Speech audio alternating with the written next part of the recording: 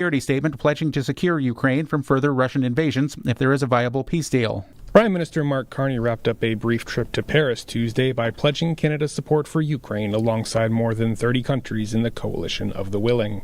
The proposed security agreement would see a multinational force of troops sent to aid Ukraine after a ceasefire takes place and a promise to support the war-torn country if Russia invades again. While that effort would be led by Europe, the agreement says non-European members would also contribute. Carney told reporters earlier in the day that part of Ottawa's push to build up Canada's military is to play a role in securing Ukraine after the war, but he said putting Canadian troops on the ground is just a possibility at this stage. Craig Lord, The Canadian Press, Paris.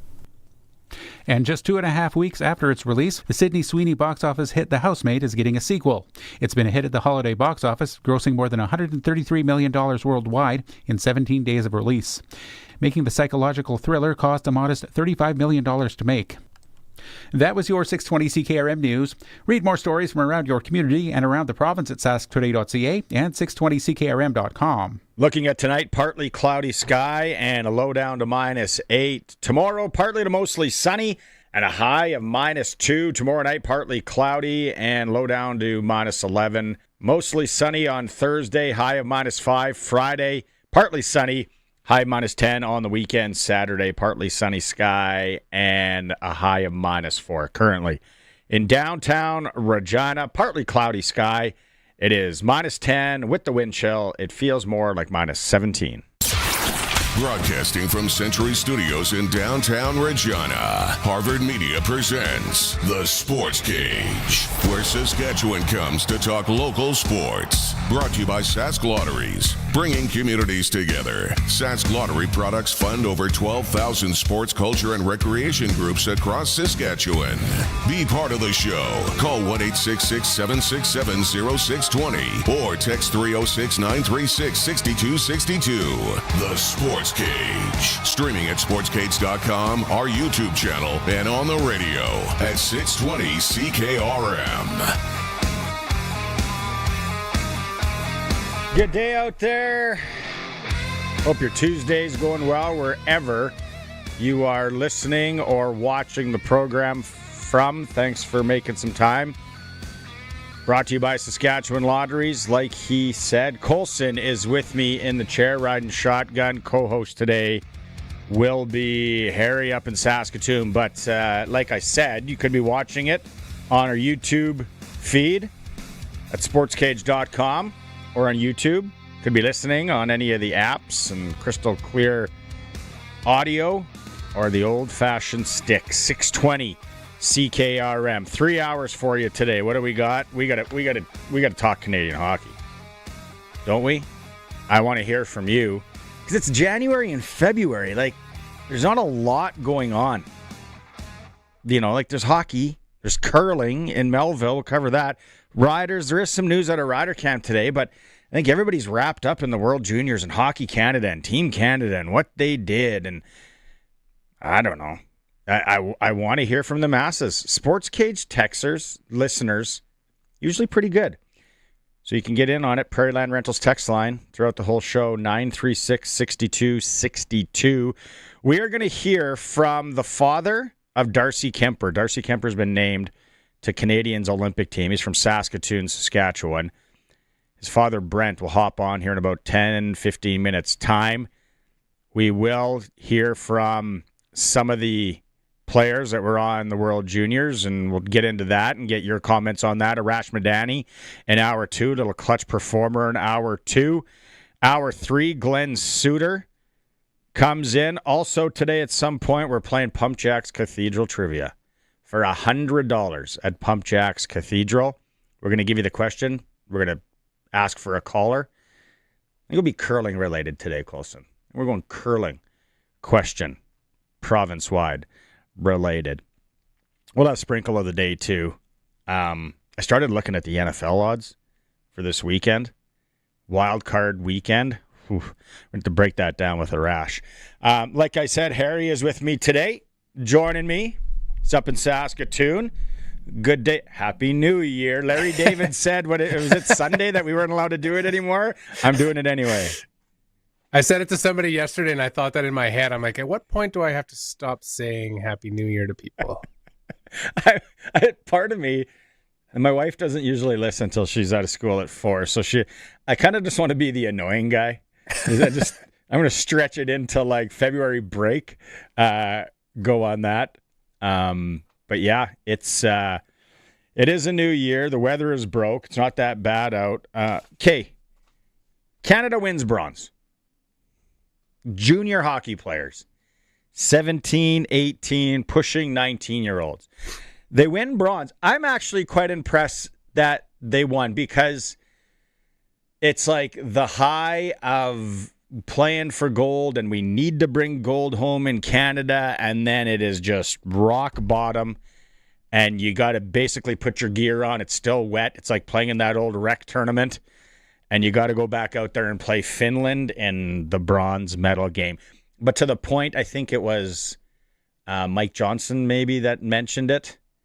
It's like if you don't win it.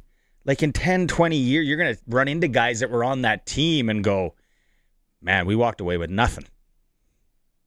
Yeah, like he said, I think he said it during the broadcast too. Like, it may not feel like a big deal now, but if you lose, it'll feel like a much bigger deal down the road.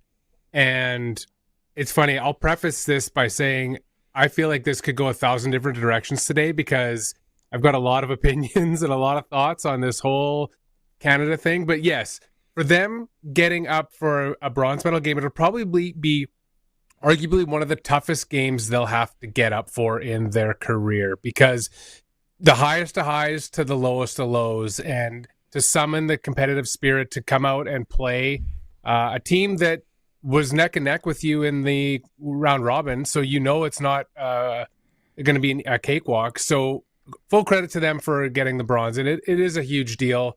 And years from now, they'll be glad that they won it rather than lose it. Can we maybe start with I'm just going to pull up some of the tweets that I saw. Again, 936-6262 if you have comments on it. But people, not that we need the referendum and we got to, what's wrong with Canadian hockey. But first off, it's people going, well, look how many NHLers could have been there. Okay, we always say that. It's not happening. We do have a lot of good hockey players, for sure. And some of them are playing in the NHL. It was Celebrini, like as if he was coming back ever. Seneca, Catton from Saskatoon, who I think they were holding out hope till like the last minute. Kindle, Matthew Schaefer, but the start he's had in the NHL, you got a better chance of seeing him in the Olympics than the World Juniors. And Sam Dickinson, just a few of the names. Now, I don't know what the other countries have for youngsters that weren't loaned, didn't get to come back and play. Doesn't matter. You send a team, all these other, and Al Miller 2 weeks ago on the show, he said, it is a tough tournament to win. Everybody is so good now. And it is. And you and I were joking. You weren't on the show, but you and I always go back to the 91 World Juniors because they were in Saskatoon. You were in grade 9. I was in grade 8. It was a big deal, but that wasn't good to watch. No. Like Canada and against Paulie Yaks from Switzerland in net and putting 60 shots on them. And I think you were the one that mentioned, and I said it on the show, that the rumor was Norway that got shellacked. Like they were trading hockey. They didn't even have enough sticks. Like we don't want to go back to where we just abuse everybody and it's really a 2-horse race. Now the competitiveness is there. And can we remember too that maybe one of the best hockey countries in the world is not playing at this thing and hasn't been for a few years, which would add another wrinkle. I mean, 100%. I mean, that's a whole other ball game. But I would argue, without getting myself into any type of trouble, maybe one of the reasons that the women's game had such a hard time getting a foothold within the public consciousness is because for 10, 15, 20 years, it was Canada, US, and Sweden. And that's it. and they were beating teams 16-0. They were decimating Japan. They were decimating every country that stepped up. And so, of course, people are going to be like, well, eventually there's going to be Canada and U.S. in the final anyway. So everything else nobody cared about. And I don't think we want to go that way with the men's game. Why not have it be competitive? Why not have everybody be on equal footing? God, we've been having this discussion for over 20 years that the game has changed. The rest of the country, or the rest of the world, rather, has caught up to Canada. Like, it's a fact. Just even from the standpoint of the bodies in the NHL, it used to be 85% Canadian. Now it's what, 55%? Like, that's just the reality. The game is smaller because the world has gotten smaller, and that's no fault of Canada. I take it as a compliment. Yeah, and there was another message out there I saw on social media where they went through how the numbers are down for hockey in Canada, and then pointing the finger at that. It's like, well, no, you know what? The economy, it's like the haves and have-nots when it comes to sport, and not just hockey. Like, let's not point the finger at hockey. I know people in dance, in gymnastics, in skiing, football now. Cheerleading. Cheer. Greg's here on Thursday. That's expensive. And basketball, and it's all like these made-for-profit little academies or gyms or groups or whatever. I've been sucked into it. I'm not pot calling the kettle black. I'm going to get sucked into it again this spring with my daughter. And it's just kind of like, well, I guess, whatever. It's not getting sucked into it, though, when that's the standard. You have to do those things or your kids will be left on the sideline. Like, that's the new norm. That's not the outliers anymore. So it's not a matter of getting sucked in. You're just trying to keep your kids being competitive, and that's the reality of the situation. I mean, again, this could go 1,000 different directions. I think one of the biggest things I have issue with is our psyche and our ego so fragile as a country that we identify and we hang our whole hopes and beliefs and self-esteem on the outcome of a hockey tournament played by 18-year-old kids? Like, it just seems ludicrous. Whatever happened to just the spirit of competition? And these kids are going out there, they're representing their country, there's pride involved. Like, win, lose, show, like what message are we sending kids when it's like gold or nothing? Like, it just seems like such a short-sighted way. And Zane Parekh, I think we'll touch on it at one point. He got in trouble for his comments that he made on New Year's Eve, and he had to walk it back. And God, I hate walking back people when they walk back things more than almost anything that I hate in media. He's an 18-year-old kid. So what? He said something. Maybe he didn't think it through the best he could have, but it's comments. It's honest reaction. And one of the things that I love that he said is that he's like, I'm having the time of my life here. I don't want to leave. These guys are my family here. Like, I wish this would never end. That's what you want these kids going there, not feeling the pressure where if I make a mistake, I'm going to cost myself a draft position or I'm going to not get a contract. Like, that's ridiculous. These kids are 18 years old. And it's too bad. Like, we got Eric coming on tomorrow. Eric Francis, not today, tied to the Flames. The walking back thing, it's almost so obvious. Do you want to play it right now? We can play it throughout the show. Let's play the Zane Parekh pre-tournament or day one of the tournament. New Year's Eve. Here's his comments. And if you don't know who Zane Parekh is, he's like he was the best or one of the best players on the team. Defenseman, Calgary Flames. He's kind of playing with the Flames this year. Might go back to junior, but he's joining the Flames for the road trip. Here's what keep in mind, he's an 18-year-old kid. And when I was 8, I tell my wife and kids this all the time. I'm like, my kids are so much more mature than I was at 14 and 12. Hands down. So I don't know if that's my wife more, if it's the group they run with. I think kids, specifically the hockey community, they're better kids than when I was that age. It could be just me. I find they're not as cocky.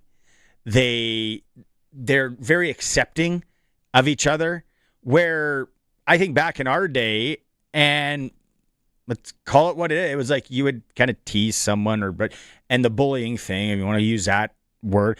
But we were jerks. Like I think, and man, I had the name Barney. I passed for 18 different nationalities. Like as if like you want the stuff that I heard and went through, like, but nowadays the kids are just better. So Zane, he's 18 years old or whatever he is, 19.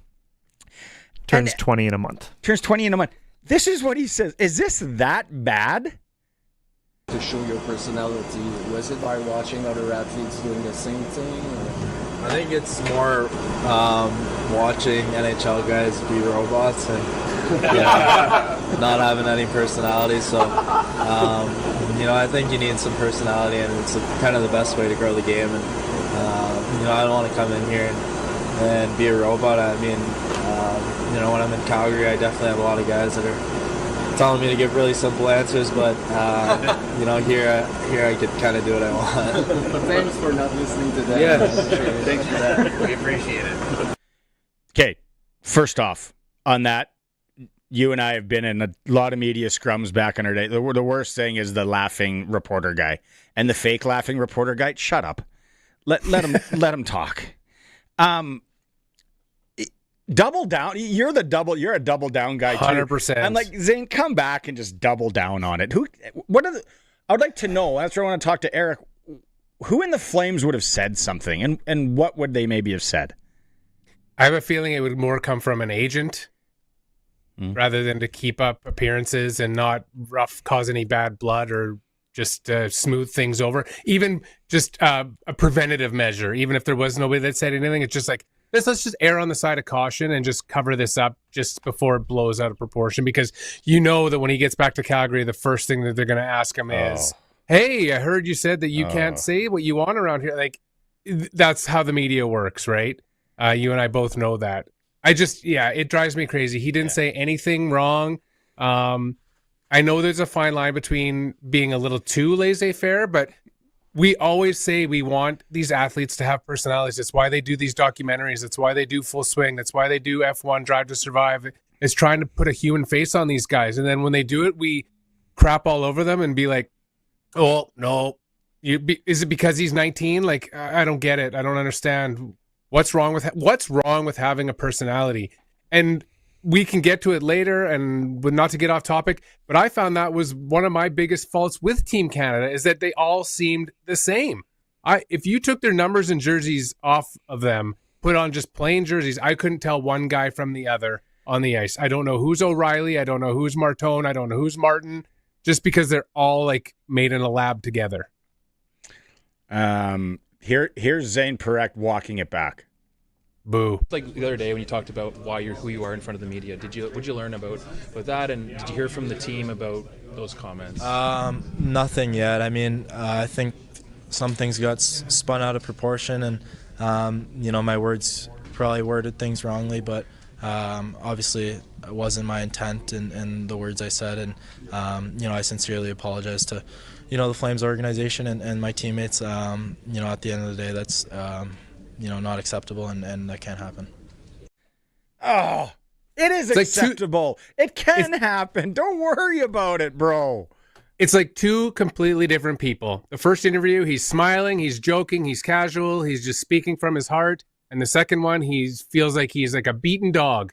He's like a little puppy. He's like, this can't happen. It's unacceptable. 19-year-old kids don't talk like that. They don't say at the end of the day, this is unacceptable. And like, it's such programming, and it's such BS. And it's just unfortunate that here's another guy that is trying to make himself stand out a little bit based on his personality, and he gets scolded for it or reprimanded and made to feel like he is not. That's bullying in my mind. If you want to talk about let the kid be who he wants to be.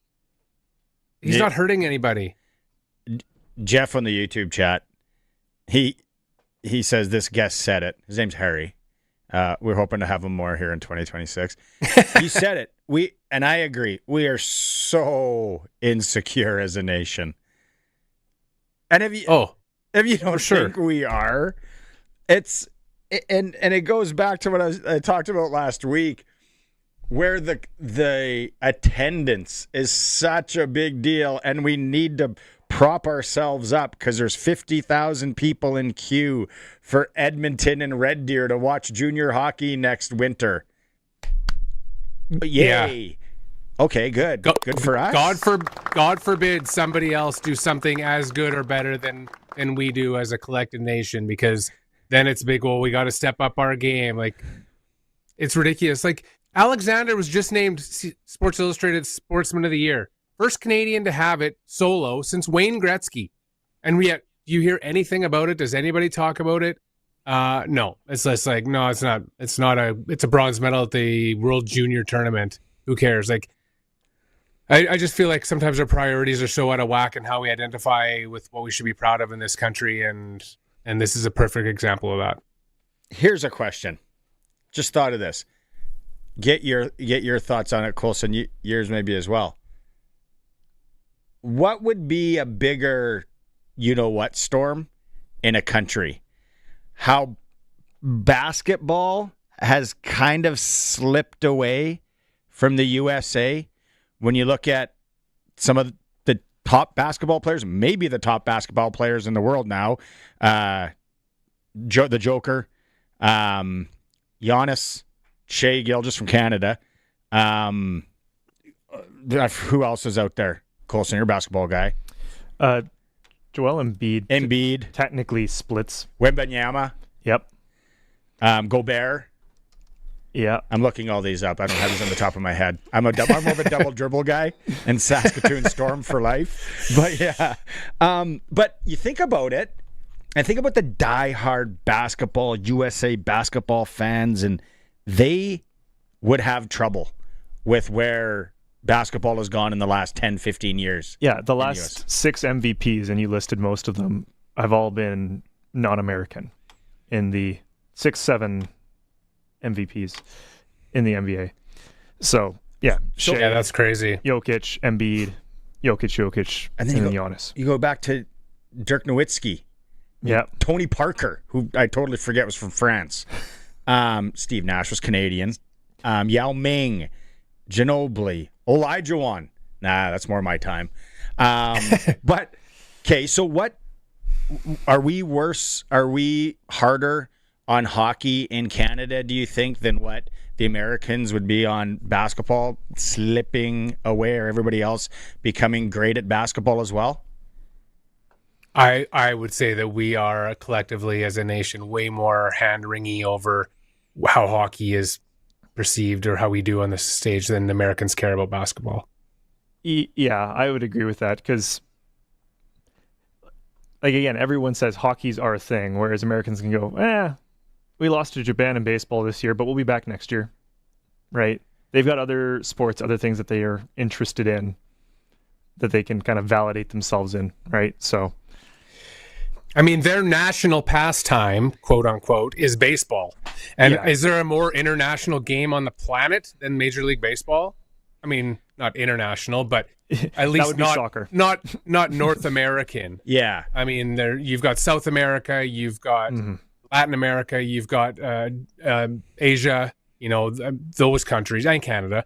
But they're not talking about the death of American baseball on any sports show that I've ever seen in the history of my life. Right? It's just the way it is. It's just the rest of the world. The world has gotten smaller.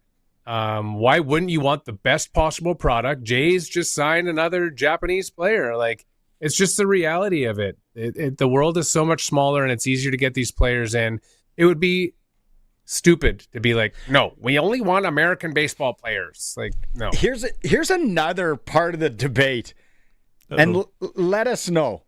936-6262. YouTube chat's open as well. It's for Prairie Land Rentals, 600 Albert Street. You get to deal with the owner, anything you need for renting.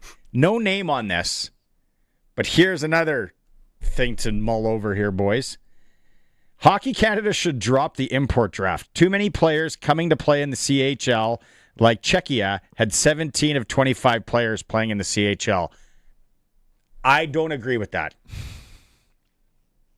If they can play, why wouldn't they play? There's an import If they can rule. make the team. They're still going to try out. It's not like you can have 10 on your team. No. There's an import rule. We talked to Curtis Hunt yesterday, and he said that's the most calls he's gotten in a long time because Czechia's goalie wearing the PA Raiders helmet at the World Juniors, right? We want that publicity. It's the first thing my 12-year-old daughter saw in that opening game to Czechia. She was like, he's wearing a Prince Albert Raiders. I'm like, well, he must play there. I didn't know. We had to look it up on Google. Me too. Same thing. I saw the PA mask. I was like, oh, wow, he plays with PA. Great. Exactly. Yeah, that's great for the CHL. So you don't want that anymore? Just showing that every player in the World Juniors pretty much is coming from the CHL? Well, I love the Latvians, where it's like the kids are playing in Green Bay and they're playing in the USHL and they're playing it, and I think there's other countries too, and I'm like, come over and play. Now, import rule, just like when we go there and play, or when I played in the States, there was an import rule. You only could have 2 or 3, whatever it was. That makes sense. Yeah, you can't have a full team of, kids from Czechia, Russia. Like, what? I want to see those guys back in the game. How can you get angry? How can you get angry at the fact that a country that is 33 times smaller than Canada took them to overtime in a hockey game one year and beat them the year before? How is that anything to get mad about? It is amazing. That's a fantastic story. It's like Cool Runnings or whatever you want to have it. It's the rags to riches amazing story. And how far that program has come in the last 20 years. From sharing equipment and not having enough sticks to finish the tournament to beating Canada. Like, I don't know how anybody could. They got a gold medal this year at a world championship. See? Yeah. American bobsled team. Exactly. Yeah. For sure. Right? Scott in Saskatoon. Absolute beauty. 1991, the Czechs were sharing Vostok sticks and Peter Klima Jofa buckets on the bench. I don't think they're sharing lids. Did I ever tell you the Jofa bucket story? How everybody here wants to play, not everybody. A lot of guys want to go and twirl in their rec league or their pickup game or their with some sort of Jofa bucket, whether it's the Gretzky one or the Peter Klima one or all that.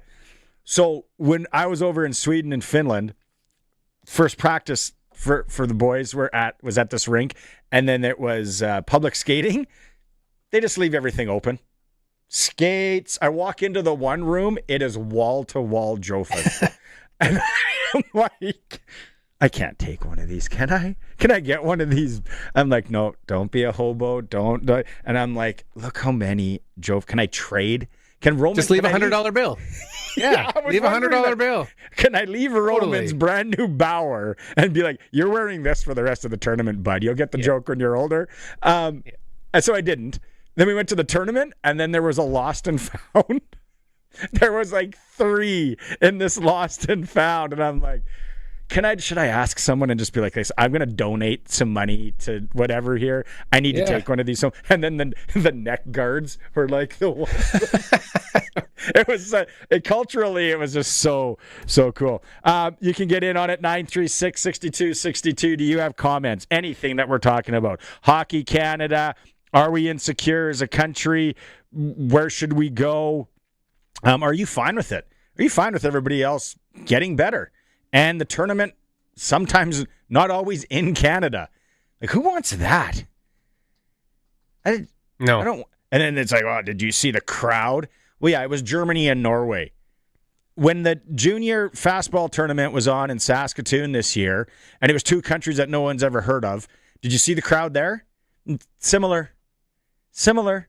Yeah, and maybe the Minnesota people didn't show up the way, but they banked on the Canadians coming across. But you had a good point on that, as you thought maybe politically, some people just didn't go down to the States. Definitely. That you'd be a fool if you didn't think that the geopolitical climate didn't play at least some sort of role in the attendance at World Juniors. Don't be a fool. Participate in the program, 936-6262, Prairieland Rentals text line. We're going to go to break, and we come back. We're going to talk to the father of Darcy Kuemper, who is going to represent Canada at the Olympics. It's a Sportscage, streaming through our YouTube channel at sportscage.com. 1949 was a big year of change when it came to elections and voting rights in Canada and Saskatchewan. I'm Andrew Dawson with 100 years of CKRM. Until January 1st, 1949, First Nations people were banned from voting in provincial elections. That year, the act to amend the Canada Elections Act was passed by the federal government.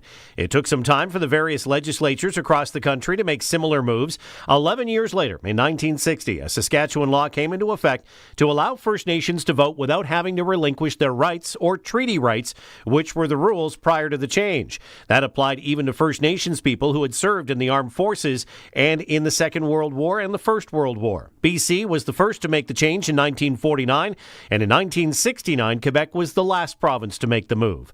Learn more about 100 years of CKRM at 620ckrm.com. When you play Sports Select, you're part of more than the game. You're backing over 12,000 sport, culture, and recreation groups across Saskatchewan funded through Sask Lotteries. So go ahead, make your picks at sportselect.com, generate your QR code, and lock in your bet at your local Lotto Spot retailer. Every play is 100% legal, and every ticket supports your community. Sports Select. When you're ready to play, bet on the original.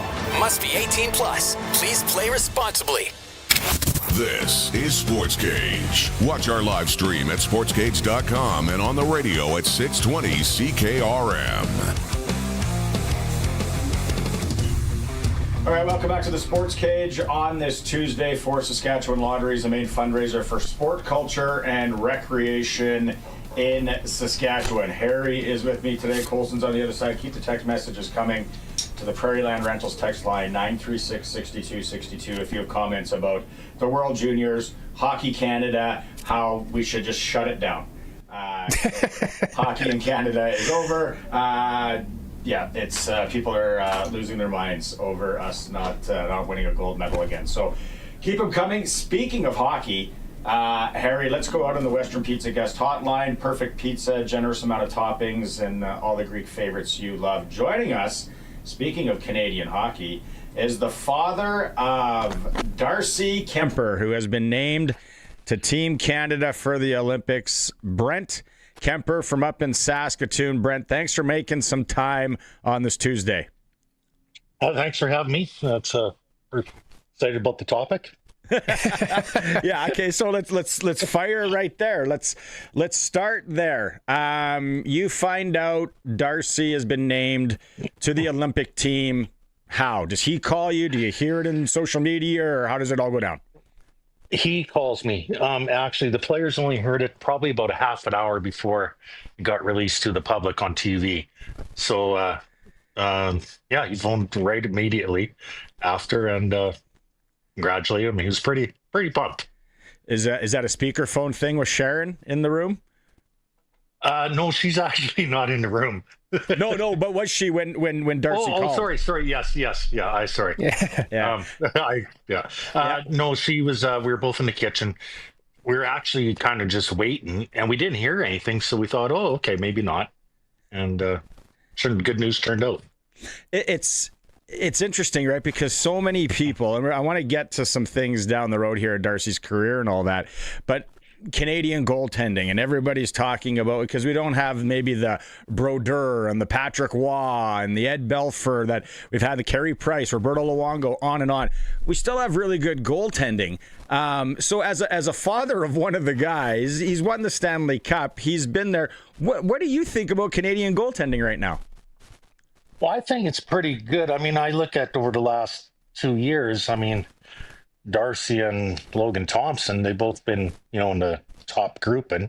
And same as this year, they're doing well again. But there are some exceptional goalies throughout the world, but I think we're doing okay in Canada.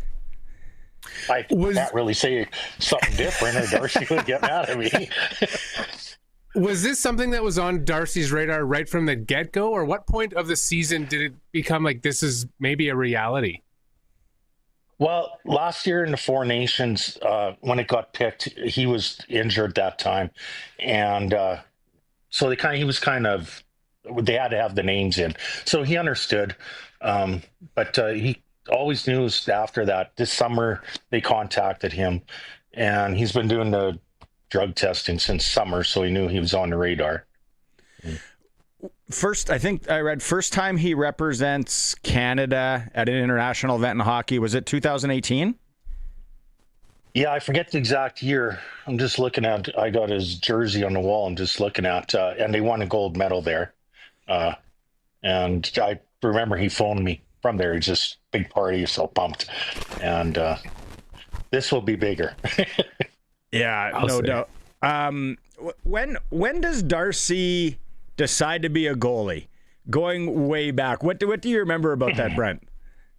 Well, he started hockey at 5. And at that age, you know how the kids, they kind of rotate around 6, 7, every kid goes in that. He really liked it. But I'm a big proponent on you're skating. So when he was playing goalie, not all the time, I still made sure he played out all the time. And I had him in skating lessons, different camps, as an out player. And so I used to coach him and my other son as well, but always made sure when he was about 10, 12 years old, every second game he would play out, just to keep him going, because at that age, you always just think, hey, you're just going to be in a beer league someday and you may want to play out. And so anyhow, he kept going. I think it was about 12. It was in second year Pee Wee. The city made him, he had to make a choice, play in or out, and he chose goalie. So a common refrain with goalies is that they're a different breed, right? And I know you fairly well, and I would classify you as being a different breed.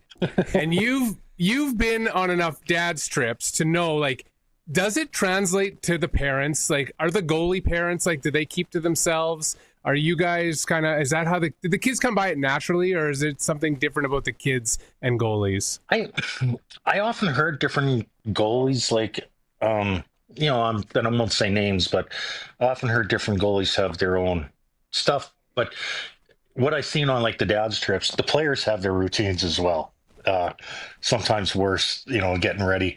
But the goalies, yeah, I don't know. Like, Darcy's pretty sociable, and obviously probably gets it maybe from me.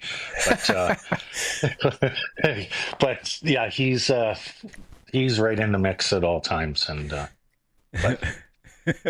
A great line I heard during the World Juniors was, friends don't let friends' kids be goalies. Now, it obviously is a lot harder for you guys, especially when you're in the stands, because the goalie is such an isolated position. Do you find that it is way more stressful watching than maybe other parents that you know that their kids, they can hide a lot more? 100%.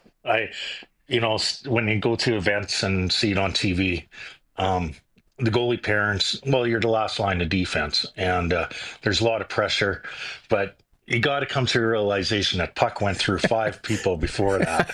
And sometimes they look pretty silly the way it went through them.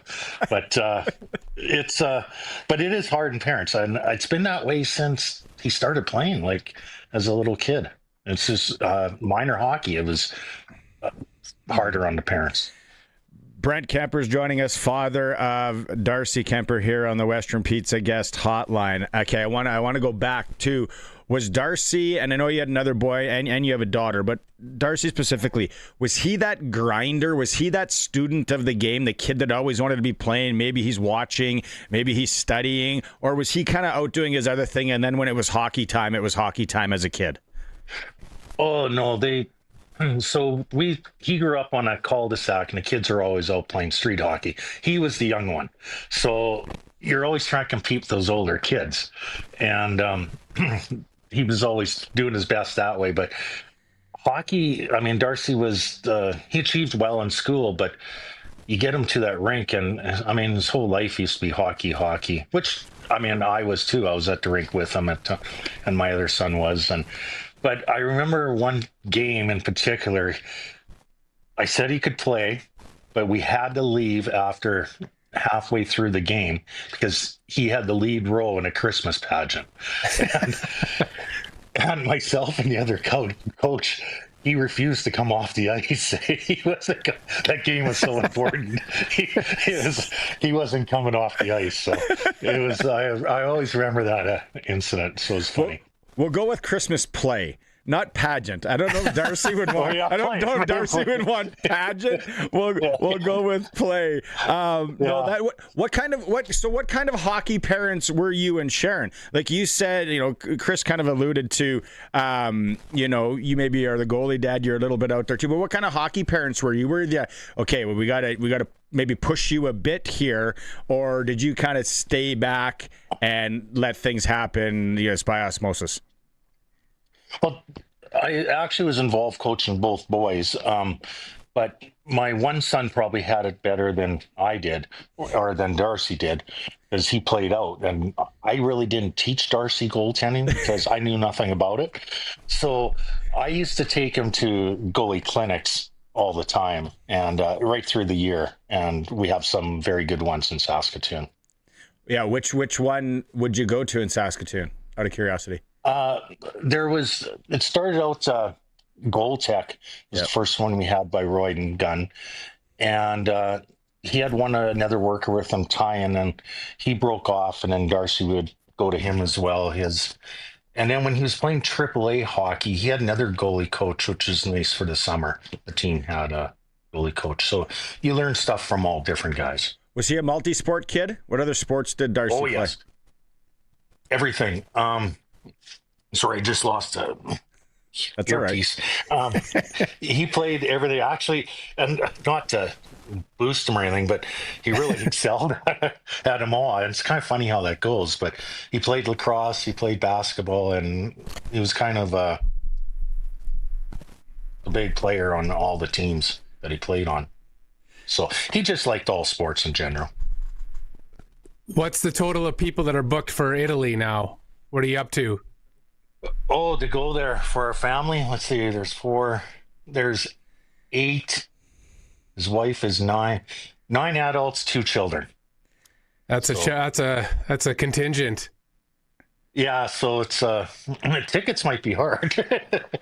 So some tickets are supplied, but we have to get for the rest. Well, I heard it's not. I was talking to Ben Hebert on the curling team, and his, the families, and they got to get over there, and also Rachel Holman's husband. It's not cheap, this northern Italy where everybody's going. No, it's not, and obviously the prices go up this time. It's not cheap just going anytime, but we're fortunate that Darcy's kind of helping us all out with the air. I got to ask you one thing though, because when we were talking about it earlier, all the dad trips that you've been, how many have you been on? Which was your favorite one? They're all fun. Kind of. Well, the only time we stopped, Darcy's been in the NHL 14 years, and 2 of them were mom's trips, including this year. So I had quite a few, but I'll give you a funny story about this. I remember talking to Jeff. I was watching his wife, Rita, their boy, Braden, was on St. Louis. So I was watching her on TV at a game, and I text Jeff. I said, I see Rita on TV. And we were just talking, and he said he was on 18 father-son trips, and that was his wife's first one. So wow. And obviously he's been on more since then, but they're all fun. Every team, they put on a great performance for the dads, and I think management would probably like it if there was never the trips, because the boys are out with. Yeah, well, I don't think their focus is there as much. So.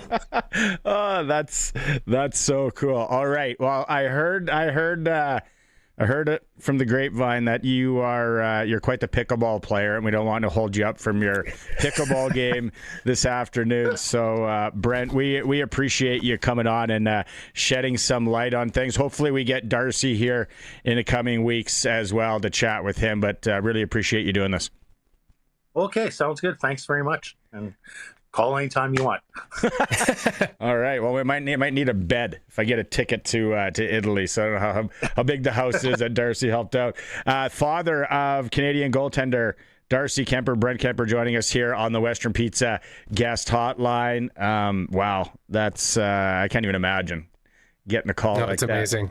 Harry, right? And then being able to go and watch it. It's going to be pretty cool. It's a Sports Cage. We're on the home of local sports in Saskatchewan. We're streaming through our YouTube channel at sportscage.com.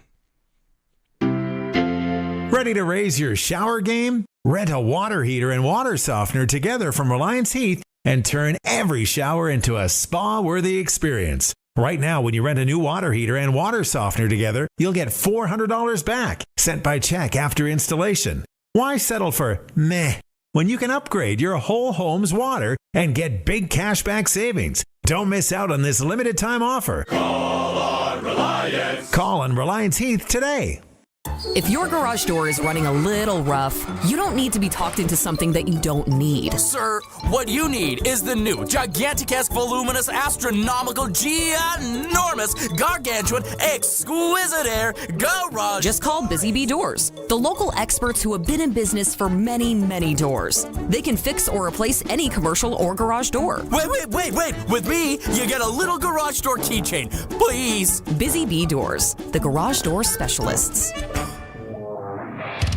Welcome back to Sportscage. Get social with us. Follow us on X at Sportscage. Watch our video stream at sportscage.com and always on the radio at 620 CKRM. Welcome back to the show. It's for Saskatchewan Lotteries, main fundraiser for sport, culture, and recreation in Saskatchewan. Harry's with me on this Tuesday, and Colson's got everything on the other side of the board. Just texting with Dave Thomas. Dante Myers reports that he is signed with the Cincinnati Bengals. So I was wrong. I said I didn't think this year. I thought maybe another year and see what happens. He's coming back. Nothing against Dante Myers, but Joe last year went down, had a good twirl. It's a lot. He'll be back for some seasoning with the Riders. Good to see, though. Don't know what kind of bind that puts the Riders in again, right? Now it's like, okay, hold out hope. And but now Kean Schaefer-Baker, does that deal? Glen Suitor's coming up in hour 3, and Suits will want to weigh in on this more. How quick do they maybe there's some free agents out there that we're not even talking about that the Riders are thinking of bringing in with CFL experience, or Jeremy O'Day's, he's already, signed a few guys to come up for camp. There's always that diamond in the rough. There's always the guys out there running around. It's a big country, that old United States of America, and there's Canadian kids as well, obviously, that can't come. Damian Alford from the Calgary Stampeders and Jalen Hutchinson, they're gone, but Alford, that's one guy watching him play last year, and yeah, he did torch the Riders, especially that first game. Big, rangy, as they say. That one I could see. Now, does he stick? What the hell do I know? Right. Hey, you know plenty. Maybe the Saints too, but he had some other teams that were interested him from the sounds of things. Again, sources are reporting. Yeah, Jeff, and then Jalen Hutchins as well. Philip Daniels going to the Ottawa Redblacks from the Riders. We kind of heard that yesterday as well. D-line coach in Ottawa. Loved our conversations with Daniels. I wonder if you can still bring him on sporadically throughout the year. If he'll come on and chat ball and food and different things. So good on him. He's going to do the same gig in Ottawa. So CFL news today, even if it is January. Yesterday they had the Grey Cup in here on the seat. No trophies. No trophies for us today. Text line, though. Some people are getting in. Who is it here? Rudy figures that Canada all players should have to come and play, whether they're in the NHL or so. Macklin Celebrini, you're the best player on your team, one of the best players. Sorry, you got to go play junior hockey and possibly get injured. The bazillionaire owner of the San Jose Sharks might squash the NHLPA, everybody. But yeah, one can dream, Rudy, I guess. Wes thinks Canada needs to host every year. Totally in disagreement on that, Wesley. Me as well. Yeah, I don't agree. I feel like you got to spread it around. And is attendance the end-all, be-all? I mean, I think Hockey Canada, I think the IIHF is doing okay. I think their coffers are probably pretty robust. That I don't think not hosting the World Juniors in a market that's going to get 300,000 people over the week is going to break the IIHF. So I think it's okay to spread it around, even if it's not getting the attendance that they want. And it's important. Yeah. I think it's important to have other countries represented. Oh, yeah. Like, I don't want that. Think about any other big tournament or whatever national, international championship. Same place every year. I think it's also important for the players to experience other cultures and be other places rather than Ottawa and Vancouver and Montreal and Calgary and Edmonton. Like, send them to Helsinki and send them to Czech Republic and let them expand their horizons. It's more than just about hockey. They're learning life skills. They're trying to become better humans. Why not experience what the other side of the world looks like? It's not all about hockey. It's got to be about bigger things than just that. Helsinki, awesome city. Weird breakfasts. Love their saunas. Love their saunas and jumping in cold water. Here was the quote that it's so small and I got old man eyes. Al Miller yesterday, post-mortem. He said, to be honest, I don't have a real good answer right now. It's been a whirlwind. I've been on the road for 35 days. We'll sit down with staff. We've got some things to look at in terms of what we are doing this summer. We made some changes around how we did our camp. We'll evaluate everything and make changes or stay status quo. Oh, you found it. There you go. It's easier for me to read on there instead of off my phone. Should have done that. Yeah. I like the last line. We'll evaluate everything and make changes or stay status quo. It's basically saying we're going to do whatever we want to do, just like we've always done. And that's going to be that. Like, we're the decision makers. And thank the Gord for that, because you want idiots like me or whoever making decisions. Yeah, it's not a democracy. We're not doing a referendum on who should make the team every year. I will say, though, and again, like I said, I've given this a lot of thought since the last 24 hours. I don't think Team Canada, the players, are free of absolution for this entire thing. Yes, they won a bronze medal, but the thing that I'm having trouble wrapping my head around is my one knock against Team Canada is I felt that as a collective team, I felt, and I hate to say it because it makes me sound like an old man, but I feel like compared to years past, and I'm going to use the last 25 years as an example, so only going back to 2000, that I feel like one of the things that I notice happening with Team Canada every year is the maturity factor is less. Now, I feel like while they are more, like you said, like we talked about earlier, like, yes, they're more accepting and they're more camaraderie, etc. I feel like from a maturity standpoint, they're just not at the level that the organization used to be. If you look at the rosters, and I did, from 2000 to 2026, 26 years of Team Canada junior teams. And I know that this team they're only 18 and you don't know the future. But you can look every year and there is a handful of guys that are established leaders in the NHL. And I mean like veteran leaders and leaders that lead NHL franchises, and they all played World Juniors. I don't see that type of personality in the handful of Team Canada teams over the last numbers of years.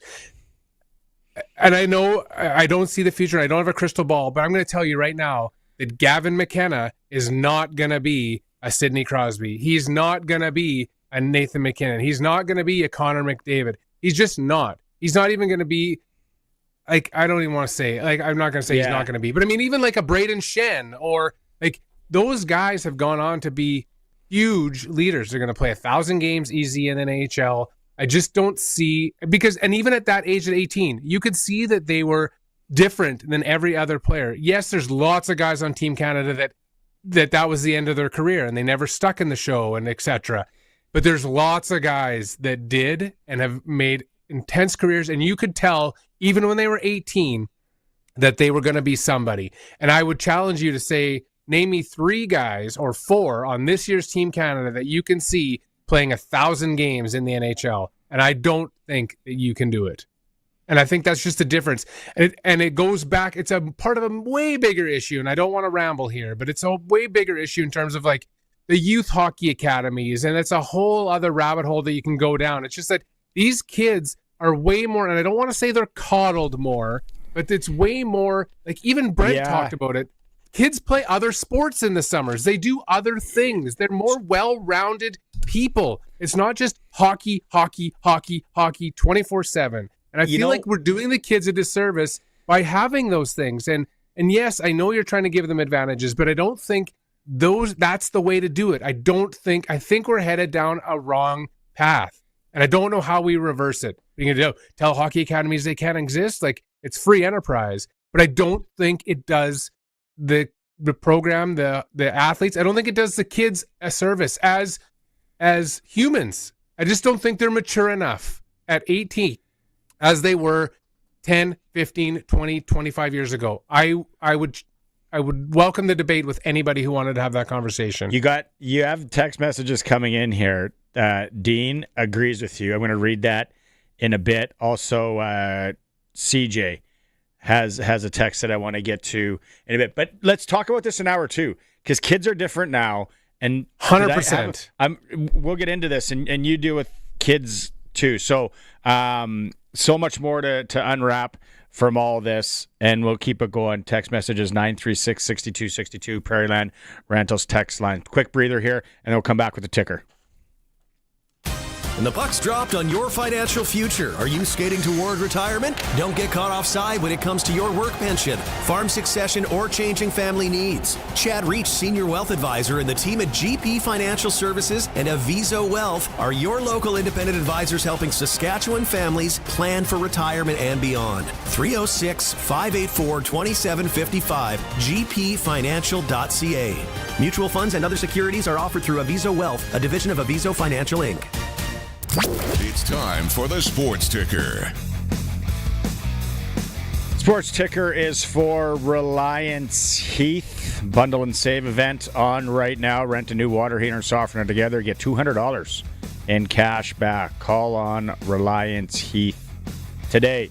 Some hockey in the area. SJHL tonight. Nipawin. Well, they're in the Battleford, 7:30.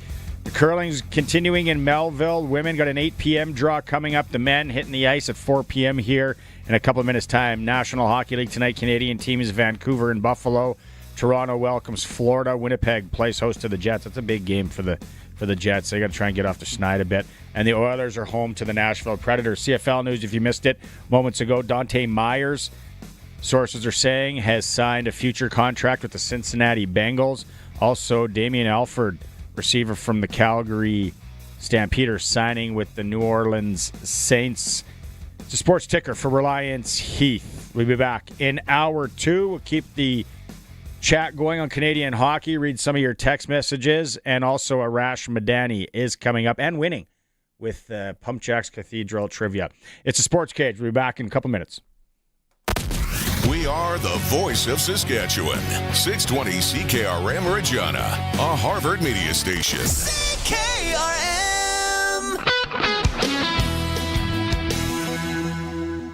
It's 4 o'clock. Good afternoon. I'm Corey Atkinson from the SaskToday.ca newsroom with your 620 CKRM news for Bronco Plumbing and Heating, where professional service is guaranteed. They'll treat you right. 781-2090.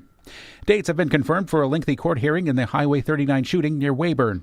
A preliminary inquiry for Christopher Fallman will be held October 21st to 29th. The court will decide if the case goes to trial. Fallman is accused of killing 44-year-old Tanya Myers. Police say the two were not known to each other. The accused remains in custody following a bail denial earlier this winter here. Fallman has elected a judge and jury trial. Concerns are being raised about the possible effect on Saskatchewan's oil sector if U.S. President Donald Trump is able to ramp up oil production in Venezuela. Saskatchewan Trade Minister Warren Kading says his main concern is the price of oil the province ships to the U.S. in the future. But he says concerns can also spark change. He says Saskatchewan is focused on expanding its markets and providing better opportunities to the energy sector, as well as cost-effective ways to get oil to market. Kading says Saskatchewan shipped about $12 billion worth of crude oil into the U.S. in 2024. Conservative leader Pierre Poilievre says the events in Venezuela over the weekend show why Canada needs to approve an oil pipeline from Alberta to BC, and quickly. In a letter to Prime Minister Mark Carney, Poilievre says Canada was right not to recognize the illegitimate regime of Nicolas Maduro, who was captured in a U.S. military raid. U.S. President Donald Trump says he plans to take over Venezuela's oil industry and encourage American firms to revitalize it.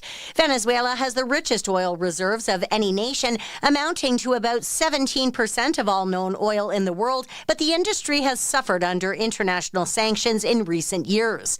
Poilievre argues that if the U.S. lifts those sanctions, Venezuelan heavy crude exports could be in direct competition with Canadian oil for space in American refineries. Lisa Laporte, The Canadian Press. Saskatchewan's latest respiratory illness report shows flu season is in full swing across the province. The CRISP report, released on January 5th, says influenza is far more common than COVID-19 or RSV. Between December 14th and 27th, lab tests showed flu positivity near 40%. Hospital admissions for influenza also increased, with ICU visits rising earlier in the period. Most cases are influenza A, mainly H3N2. About 4 in 10 cases involve people under 20. Vaccination rates remain low province-wide this winter. And speaking of health, a new report says the health of Canadian defined benefit pension plans improved in 2025, helped by strong gains in equities and modest returns on fixed income investments. The report by pension consulting firm Mercer says the median solvency ratio, which measures the adequacy of a plan's assets to cover its promised benefits, was 132% at the end of 2025, up 7 percentage points. The proportion of plans in Mercer's database with a solvency ratio above 100% also rose to 92% last year. The report says the improvement came even as the Canadian economy experienced a turbulent year with trade disruptions and geopolitical risks. Michelle Zedekian, The Canadian Press. That was your 620 CKRM News. Read more stories from around your community and around the province at sasktoday.ca and 620ckrm.com. Looking at tonight, partly cloudy sky and a low down to -8. Tomorrow, partly to mostly sunny and a high of -2. Tomorrow night, partly cloudy and low down to -11. Mostly sunny on Thursday, high of -5. Friday, partly sunny, high of -10 on the weekend. Saturday, partly sunny sky and a high of -4. Currently in downtown Regina, partly cloudy sky. It is -10 with the wind chill. It feels more like -17. For 40 years, the team from Linex Regina has been protecting vehicles across Saskatchewan, and we're changing with the times. 3 generations of our family have protected your vehicles. Our business has evolved, and we're not stopping now. The next generation is here. Same family, same commitment, ready for the next generation of truck beds, rocker panels, trailers, bumpers, and running boards in all kinds of colors. Linex Regina, 1865 McCarra Street, the next generation of protective coatings. Broadcasting from Century Studios in downtown Regina, Harvard Media presents The Sportscage, where Saskatchewan comes to talk local sports. Brought to you by Sask Lotteries, bringing communities together. Sask Lottery products fund over 12,000 sports, culture, and recreation groups across Saskatchewan. Be part of the show. Call 1-866-767-0620 or text 306-936-6262. The Sportscage. Streaming at sportscage.com, our YouTube channel, and on the radio at 620 CKRM. Welcome back.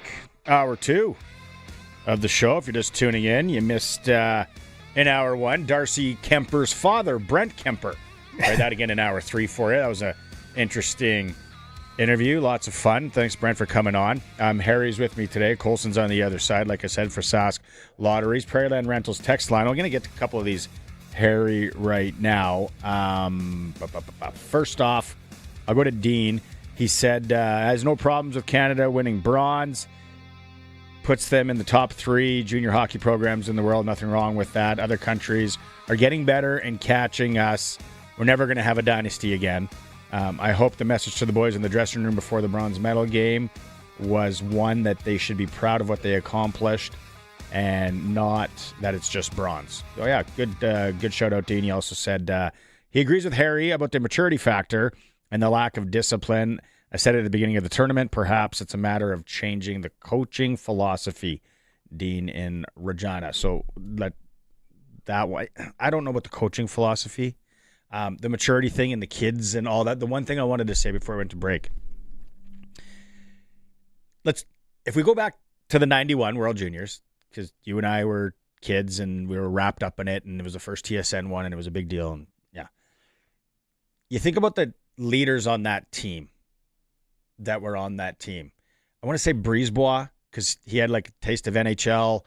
Obviously Eric Lindros, but he was still kind of young, but he was a man and a leader. Mike Craig came from the North Stars. On and on. Chris Draper. Mike Cylinder was there from Regina. Pat Falloon. There's lots. Mike Craigwell. So the thing about kids now, this is just a parenting, my thoughts on it, to when we were kids. Like, they are so entrenched in their phone or if they're playing video games. And then they get into a dressing room atmosphere and there isn't a lot of personality.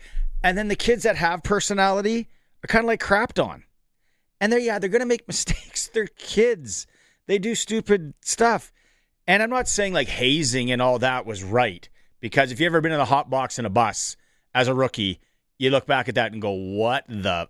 But it's just, there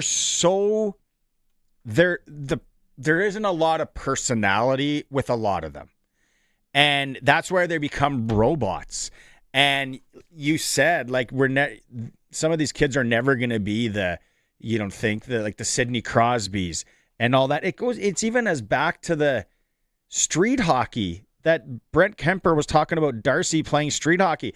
I said the other day that I was driving my son somewhere and I said, like, this street back in the day, the way that the temperature is right now, the snow is packed down, this would be prime street hockey go time.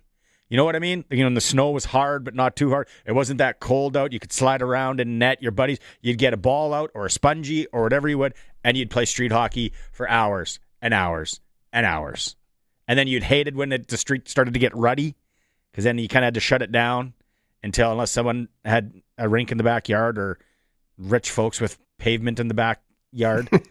But it's just like, it saddens me sometimes that the kids are never experiencing go build a fort and hang out with your friends in a fort for the summer. You know, some of it scares the crap out of me as a parent, just thinking about things down the road and trying to put them in bubble wrap. It's like, you can't. Like, they gotta, lessons. But it's like, they are just so on their phones. They're playing video games. And yeah, they're conversing on, I guess, when they're doing the video games and stuff. But like, I drive 3 of them to school every day, to grade 9, and they all get in the car and they all get on their phone and they're playing some game amongst each other. But there's just no like chatting. The odd time I get a conversation going, I'm like, yeah, and what do you think? And it's almost like I'm doing an interview here on the Sportscage, and I want to keep the conversation going, but it's usually right into the phone. Here we go. So the personality, and then Zane Perrect comes out and actually shows some personality, and then just gets roasted for it, where you think it's his agent that maybe tells him, you got to back up on that. Yeah, I mean, it could be his parents too, or like, I don't think I would be shocked if the Flames were like, you need to come talk that back. I just don't think that that's their hill to die on. But I mean, I think it goes back. It's part of that problem is that the parents are, I mean, there's got to be a balance. Back when we were kids, I feel like parents weren't involved as much or at all.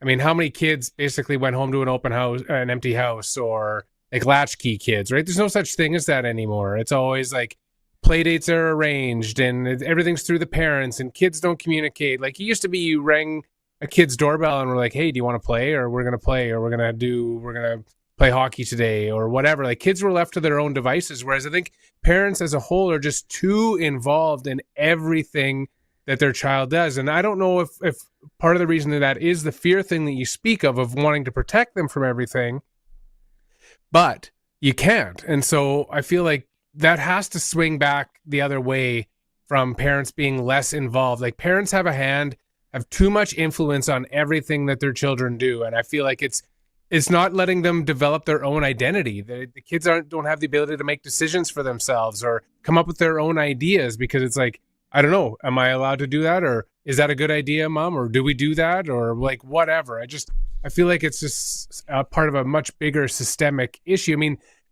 I thought about it today when I was walking, and this is kind of parallel to this discussion, is that when's the last time you heard anybody that went on a car trip that was longer than, there was like, let's say you're driving to Edmonton. It's a 5-hour car trip. And you used to do things like you'd play the town game or you'd play I Spy or like little simple things like that. Nowadays, when's the last time that you had a question or you had a discussion? But now every discussion you have can be solved in a second because you can just look it up on your phone. Or people are on their phone. They're either one kid's watching something on Netflix and the other one's playing a game, and one's reading a book the other parent's reading a book and dad's staring out the window. And I just feel like that communication, we just don't talk or relate on a one-on-one level as humans anymore. There's just too many other distractions. Rider games. How many times at a Rider game or the kids, and then it's boom, right onto a phone. Right onto a phone. Back in the day, and I don't want to, again, it sounds I know. old, I like hate said, that. And then being like, hey, we were the best. We were the best, age and adolescence and all that, because it's like we weren't. And definitely the people in the 60s weren't. But yeah, like, and I live with an educator, and I think what they do is amazing. But this is Rose just commented on it. We got Tim, kind of Rhonda, Mike. This is the word. There's YouTube chat as well. Coddled. Soft. Coddled. Yeah. And kids are coddled. And I think a lot of times it stems from, well, I didn't have that when I was a kid, so I want them to have it. Right. It's like, but then make them earn it a bit. Make them like last night I watched the gold medal game with my daughter and my son. For the most part, my daughter will watch a hockey game front to back with me, like no doubt. The boy, Kate, phone, but actually they watch the game with me. Czechia, my daughter keeps calling him Chesnia. Like as soon as you want to say anything about Kenny Chesney, it's not right. I have a tough time saying it, Gabby. Czechia, Sweden, 2 countries. We watched it because it was an awesome hockey game, and we all comment. They made comments. Look at that guy. Look at that guy. He did the pick trick. He did this. He did that. And I was like, this is awesome. Like, we don't get enough of this when you think about when we were kids, and we were lucky to have a World Junior game a lot of years before TSN took it over. Like I said, it was like the punch up in Piastani. I think my dad just fluked off that was on CBC. And it was like, oh, here it is. Let's watch this. It's like 10 in the morning. Shut off CJWW, Old Time Dance Party, or whatever was on. and then now it's just like to get them to watch a hockey game with me. And then, yeah. So, lot to unwrap. They're, are there still road hockey games? Somebody texted in. I hope there is. I don't see it enough. Never. I haven't seen kids playing street hockey in 20 years. And you're out and about a lot. I've seen a few kids that play like maybe siblings, like two brothers or a brother and a sister are playing in their driveway. That's just the two of them. It's not neighborhood kids. It's not a whole group of them. It's that little bubble that insular bubble that they are trapped in, that they can't break out of unless their parents arrange something. Like, remember having to call your tough. buddies, and if they weren't home, and you needed like one extra guy or girl, and they weren't home, and the parents like, no, they're not home. I don't know when they're. Come on, or there was no answer. They didn't have an answer machine. It's like, come on, Ken, we need you to come play. I mean, it's like I said to you, this World Junior is a perfect example of these issues. Like the World Juniors is a microcosm of exactly what the issue is as a whole. It's a great shines a good spotlight on society in general. It's you don't have to look any further. Sports are a great parallel and a great metaphor for life, and I think this is a perfect example of it's just the kids are different now. At least in Canada, I can't speak for other countries because I don't live in Finland or Sweden or Latvia. But I just know Canadian kids they're just different. It's just they're wired differently. It's a different mentality, and in some aspects there's parts of it that are good because you say like we didn't get everything right for sure. Going back to like the bullying and the hazing and stuff like that. That's definitely something that as kids that we got wrong. But I feel like we did a lot of things right, and we had a lot of independence and learned to be independent. And I just feel that these kids aren't there. They're too structured and too afraid to make a mistake, too afraid to just be themselves. Because when they are, in the example of Perek, they get reprimanded for it, and they're like, well, I guess I'll just be like everybody else then. Like, God forbid I break out of the bubble. Okay, keep the text messages coming, 936-6262, Prairieland Rentals text line. We'll get to more of them. My personal phone's blowing up with people wanting to chime in as well. And then Sharky just texts me. He's on a plane to Calgary. Guess what the text message says, Colson? Just got a call. The city will sell the Optimist and Kinsman Arena. The wheels are in motion. Might be purchasing a hockey rink with Sharky and some of you Sportscage listeners. Let's get it going with Arash Madani. It's time to go coast to coast with Arash Madani for Smart Investing Solutions. Be smart with your money. Call Brian Gawley at Smart Investing Solutions, 546-2533. Sorry, sir. We might have kept you waiting a little bit, but you know, when the wheels are in motion, things are going. Stay out of the way. You can't. Stay out of the way. Deep philosophical discussions. Yeah. I have some breaking news for you. John Harbaugh has been fired in Baltimore. They fired him. 18 years there. So you wonder, what if Tyler Loop had made the kick? Yeah. Is Tomlin the guy? Right. Like organizational upheaval. It's not just that the coach is out. Now, like Harbaugh's been there for a generation. The way they just operated as a football organization. Now this whole thing could look altogether different. But Lamar and him, it seemed like that relationship was strained, did it not, this year? So hard to know with Lamar. He wasn't practicing a lot of Wednesdays. He's had a series of injuries. Maybe he was at men's night.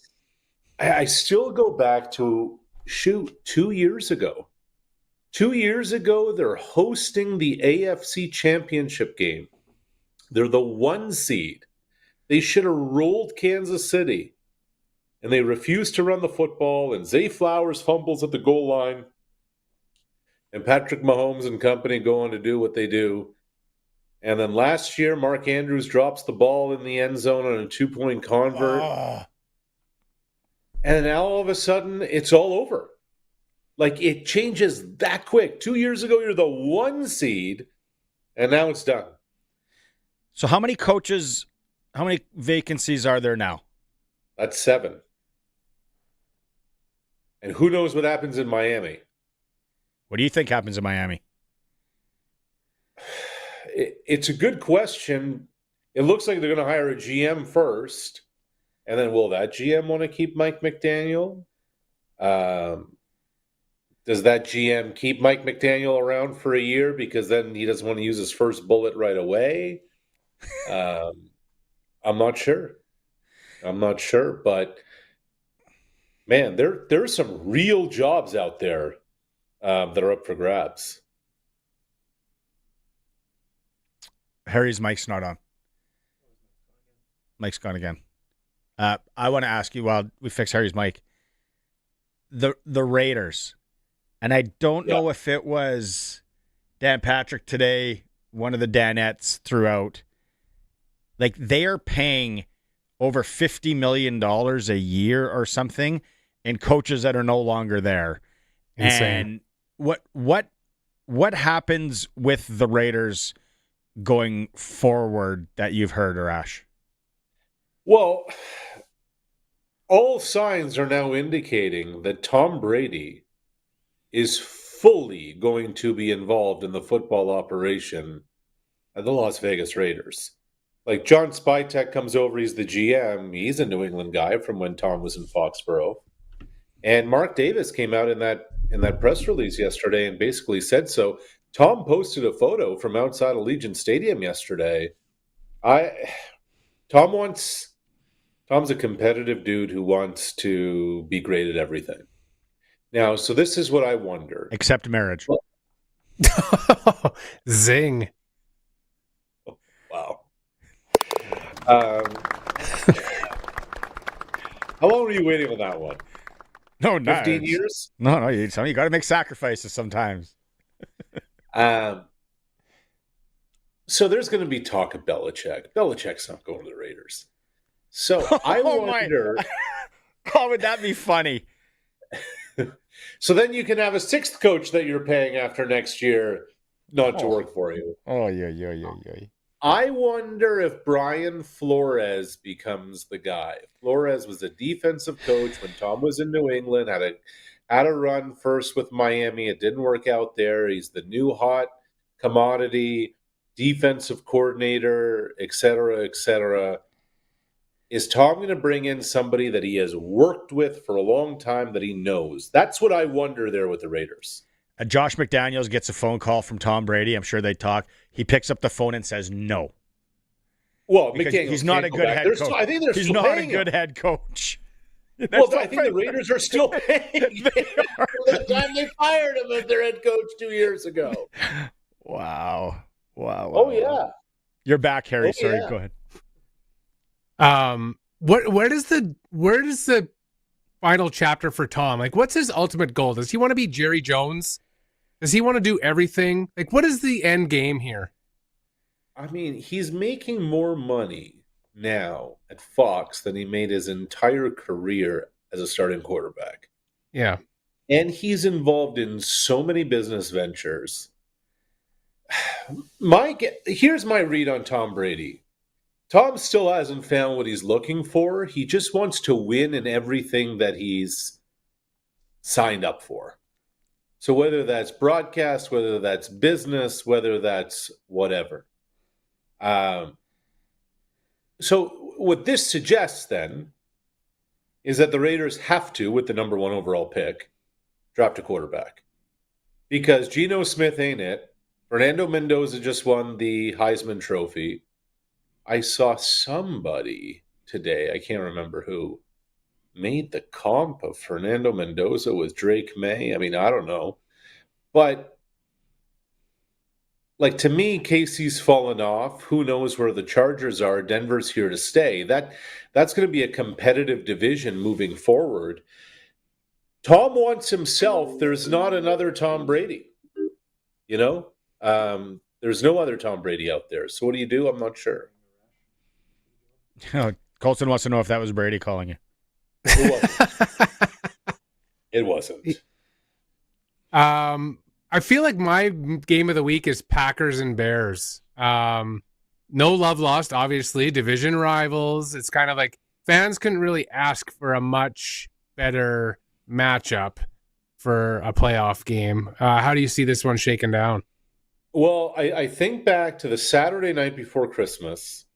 Here's Green Bay. They're up 16 on Chicago late in the fourth quarter. And the sequence of events that had to happen for the Bears to win. They're facing 3rd and 20. There's a face mask penalty. All right, that sets up a first down. They score a touchdown. They get the 2. Then the onside kick Green Bay fumbles it. Chicago recovers. Bears come down. Touchdown, 2-point to force overtime. Then you get to OT. Green Bay wins the toss, fumble the ball, and then the deep ball to DJ Moore. Like this, like that's hitting like a 7-leg parlay right there. You know, that's you haven't won a bet in 3 months, and suddenly that's the way you're going to do it. But that's been the Bears' season. They can't do anything offensively in the first half. They, from the depths of despair, they win in the fourth quarter. At some point, Harry, you got to believe this magic fairy dust ride has got to come to some kind of end, don't you? Well, didn't we see a little bit of that in Detroit this week?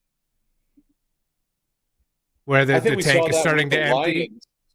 I think we saw that with the Lions, period, this season. I know what you mean, but now it's the playoffs. Like I'm interested. Jordan Love hadn't played in 2+ games coming off the concussion. Where's he at?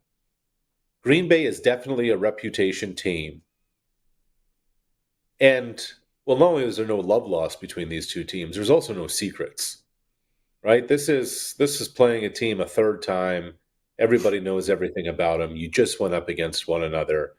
Like, to me, this just comes down to execution and what can Caleb do in the fourth quarter. You know, a lot of it comes down to that. Okay, let's stay NFC today, AFC Thursday, if that's okay. Sure. So, yeah, of course. Packers, Bears, I don't know if there is, here we go again, sounding old. I don't know if there was a wild card weekend that I can remember where all bets are like sprinkling will be really tight. There are going to be, like, you look at, if you want to call them upsets, like, how is Buffalo a point? We're going to get to AFC on Thursday. I'll leave that alone. How is the Rams?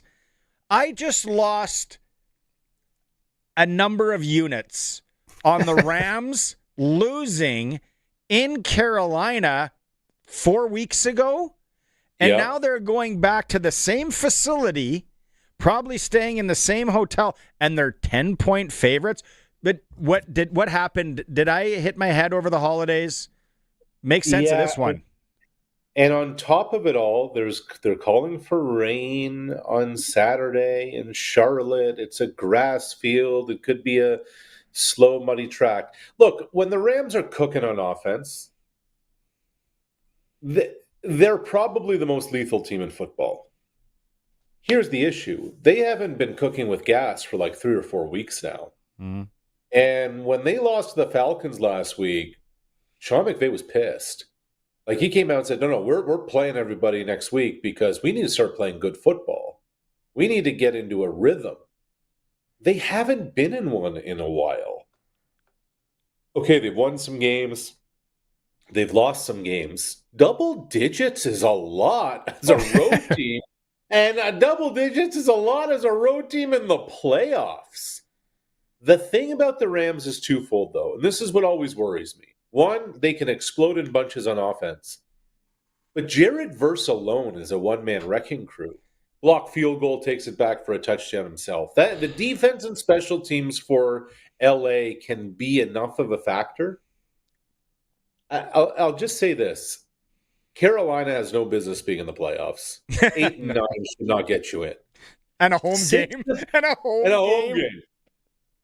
6 of their 8 wins have either been come from behind or fourth quarter last minute drives to win it.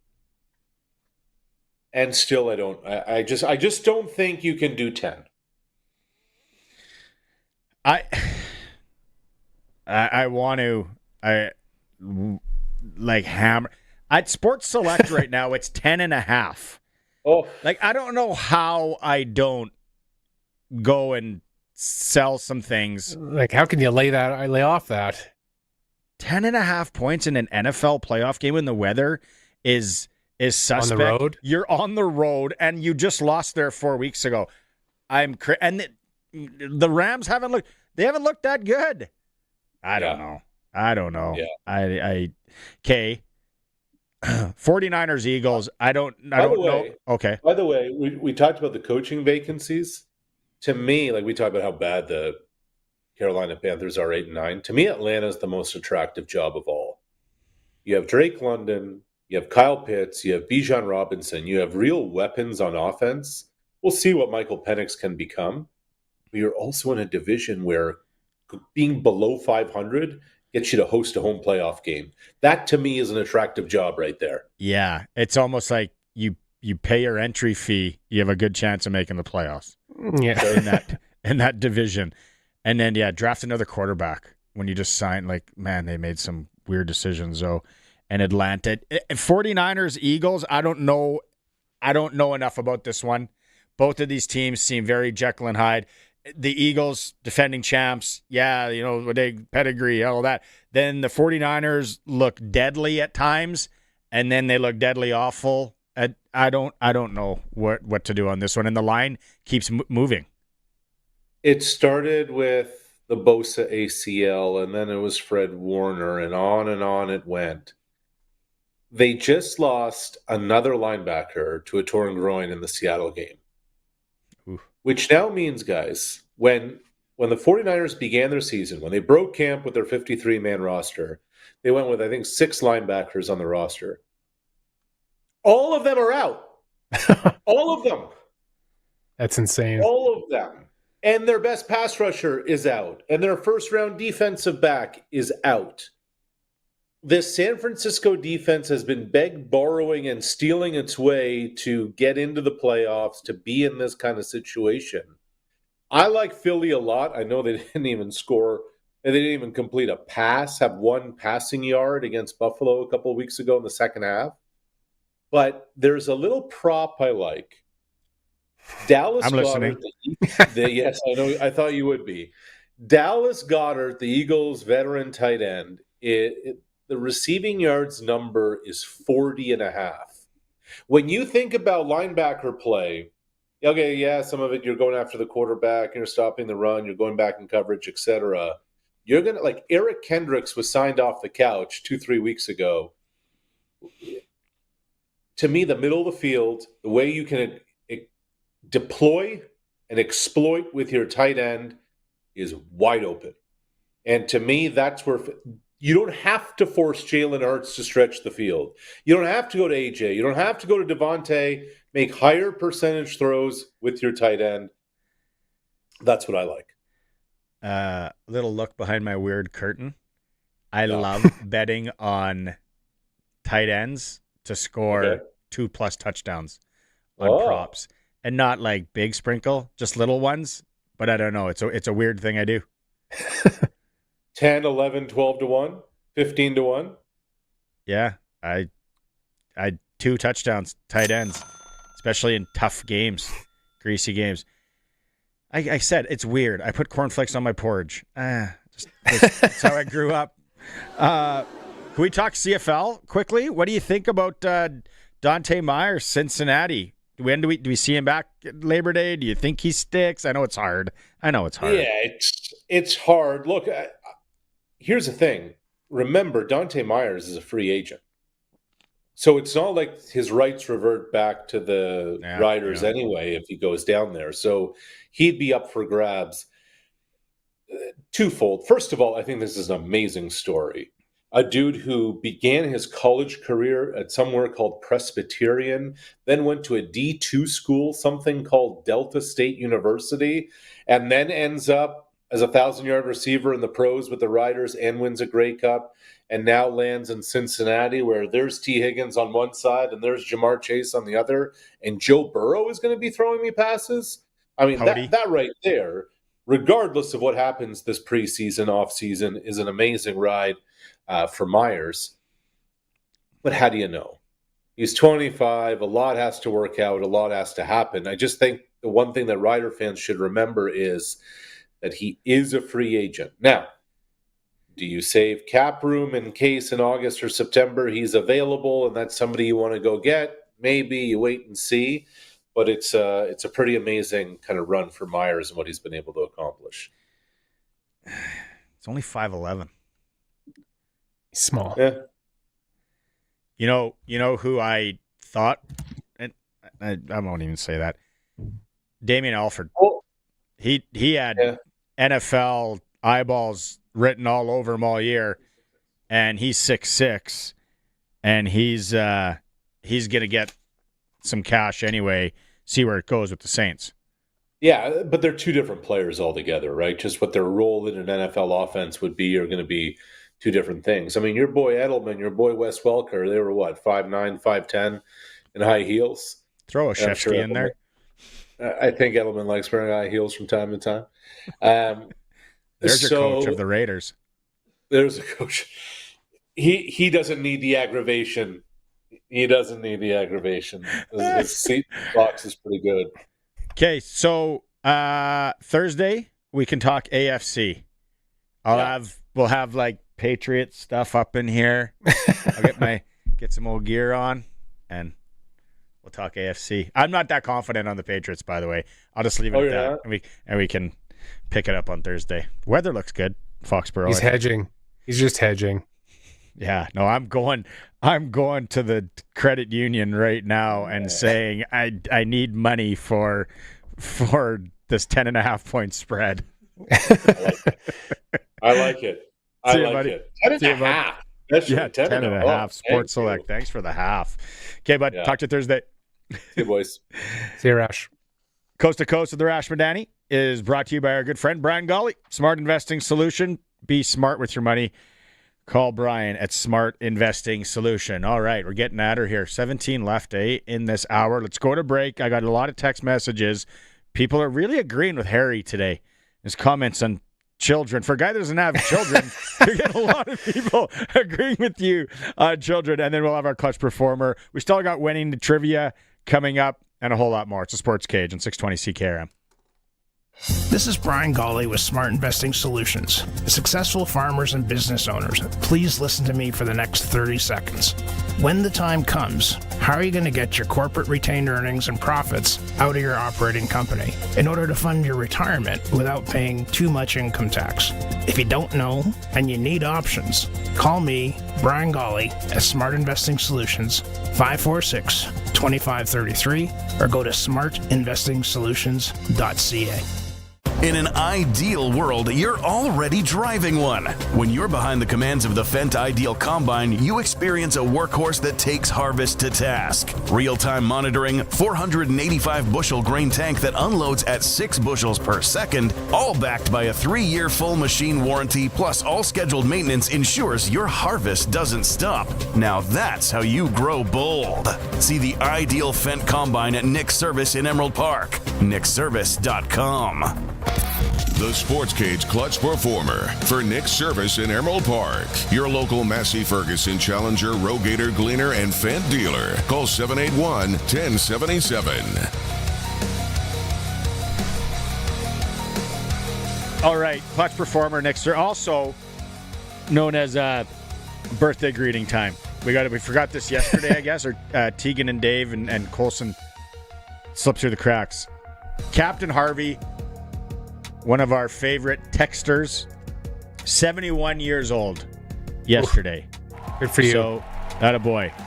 Keep plugging on. Let me know your secret. I hope I make 71. So that's clutch. That's clutch. Colson, over to you.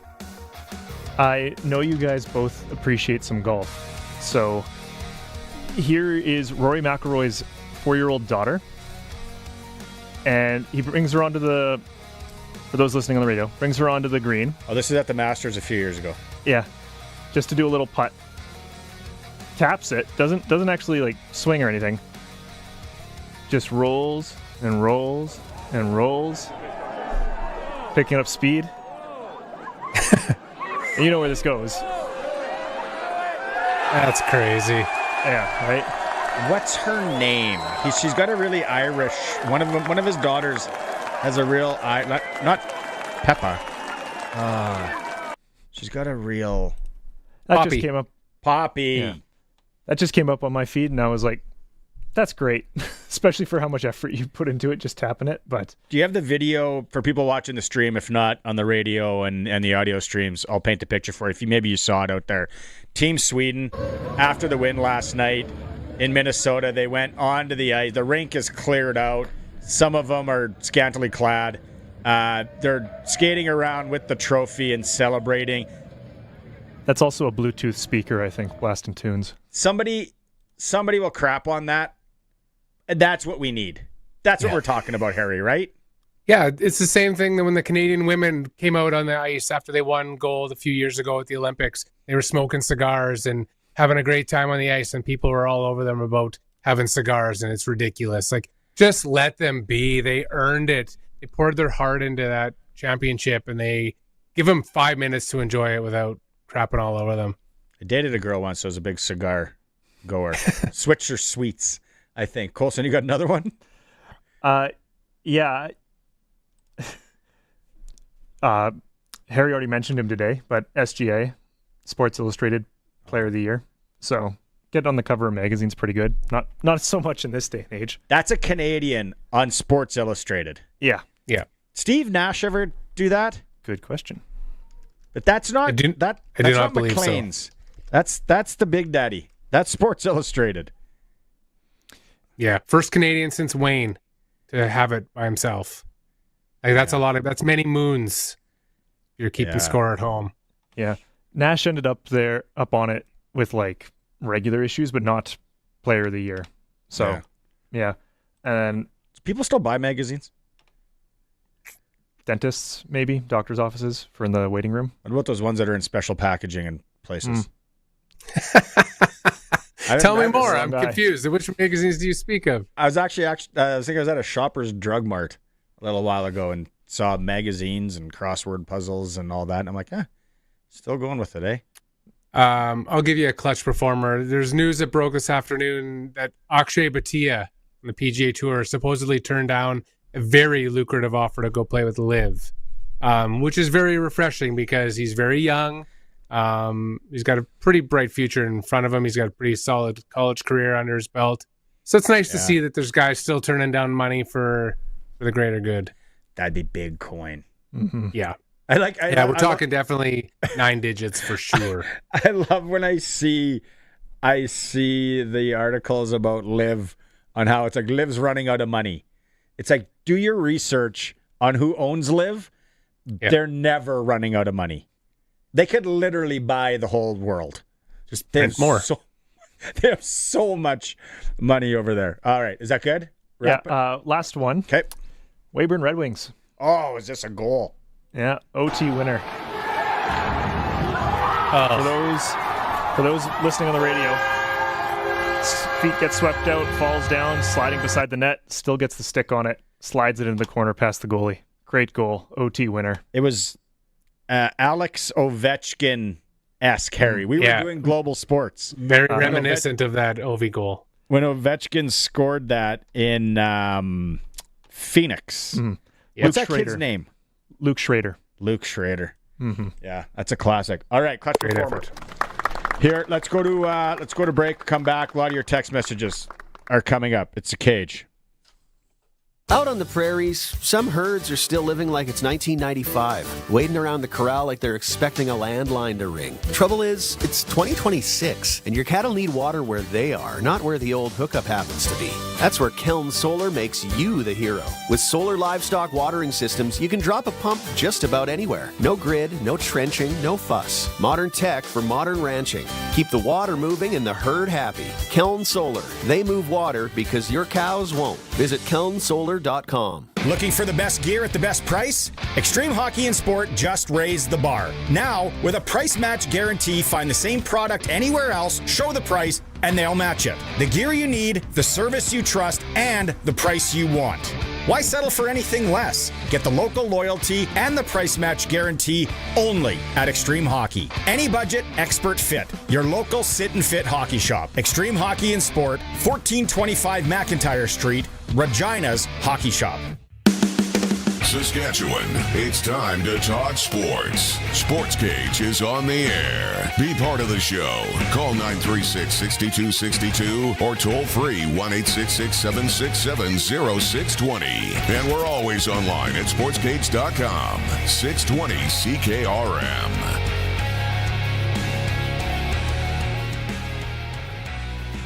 Okay. Prairie Land Rentals, 600 Albert Street. You get to deal with the owner. If you need anything to rent for this winter, maybe you're out on the job site, maybe you're thinking about doing something, they probably have it. And they are the Husqvarna dealer in Regina. They got a few snow throwers left. Snow throwers, snow blowers. That's what Husqvarna calls them. You're buying quality. You're not buying crap. 600 Albert Street. I haven't read some of these text messages, but Kevin and Comox. What's the golfing season like in Comox, Kevin? And the course situation there. I know a lot of people go there to fish. If I go with some guys that want to go fishing, I'm not a fisher guy. Once I lost my Len Thompson 5 of diamonds in Waskasiu as a youngster, that was it for me. So let me know if there's golf around there.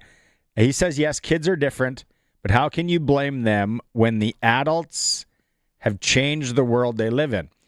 Yes, I play street hockey for hours, but I played street hockey for hours. That'd be deadly if you did right now. But I didn't have many options like kids do today. My bigger fear is that the world will be like when today's kids are in charge. Right. Definitely not blaming the kids. They're a product of their environment. And like we touched on, the parents are just too involved. But, I mean, as kids get a little bit older, they still got to bear a little bit of the responsibility. Elaine in Swift Current. Nice sunny day in Swift. She sent some photos. We're not going to post them. Her grandkids, she took this while listening to the show. Her grandkids are still inventing fun. They did last week. They built a fort. Phones ignored for hours. Fort building? Love it. Although my wife is an educator, anything with a roof on it, like back in the day when we used to find the big snow piled up at the OK Economy on 20th Street, or whatever and we'd go and build a big fort in there. If that thing collapses on you, there's a kid that just tragically died in Regina a few years ago on that. So don't let your kids do that. But that's awesome, Elaine. Thanks for the photo. Roscoe in Kindersley. Roscoe, I'm going to Magic Cuts tomorrow, by the way. Get my hair did. Last street hockey game on our block was 2004. 84-year-old grandpa in goal. And he sends a picture. That's awesome. That is good. Love that, Roscoe. Big Bryce said other countries are catching up and improving coaching competition.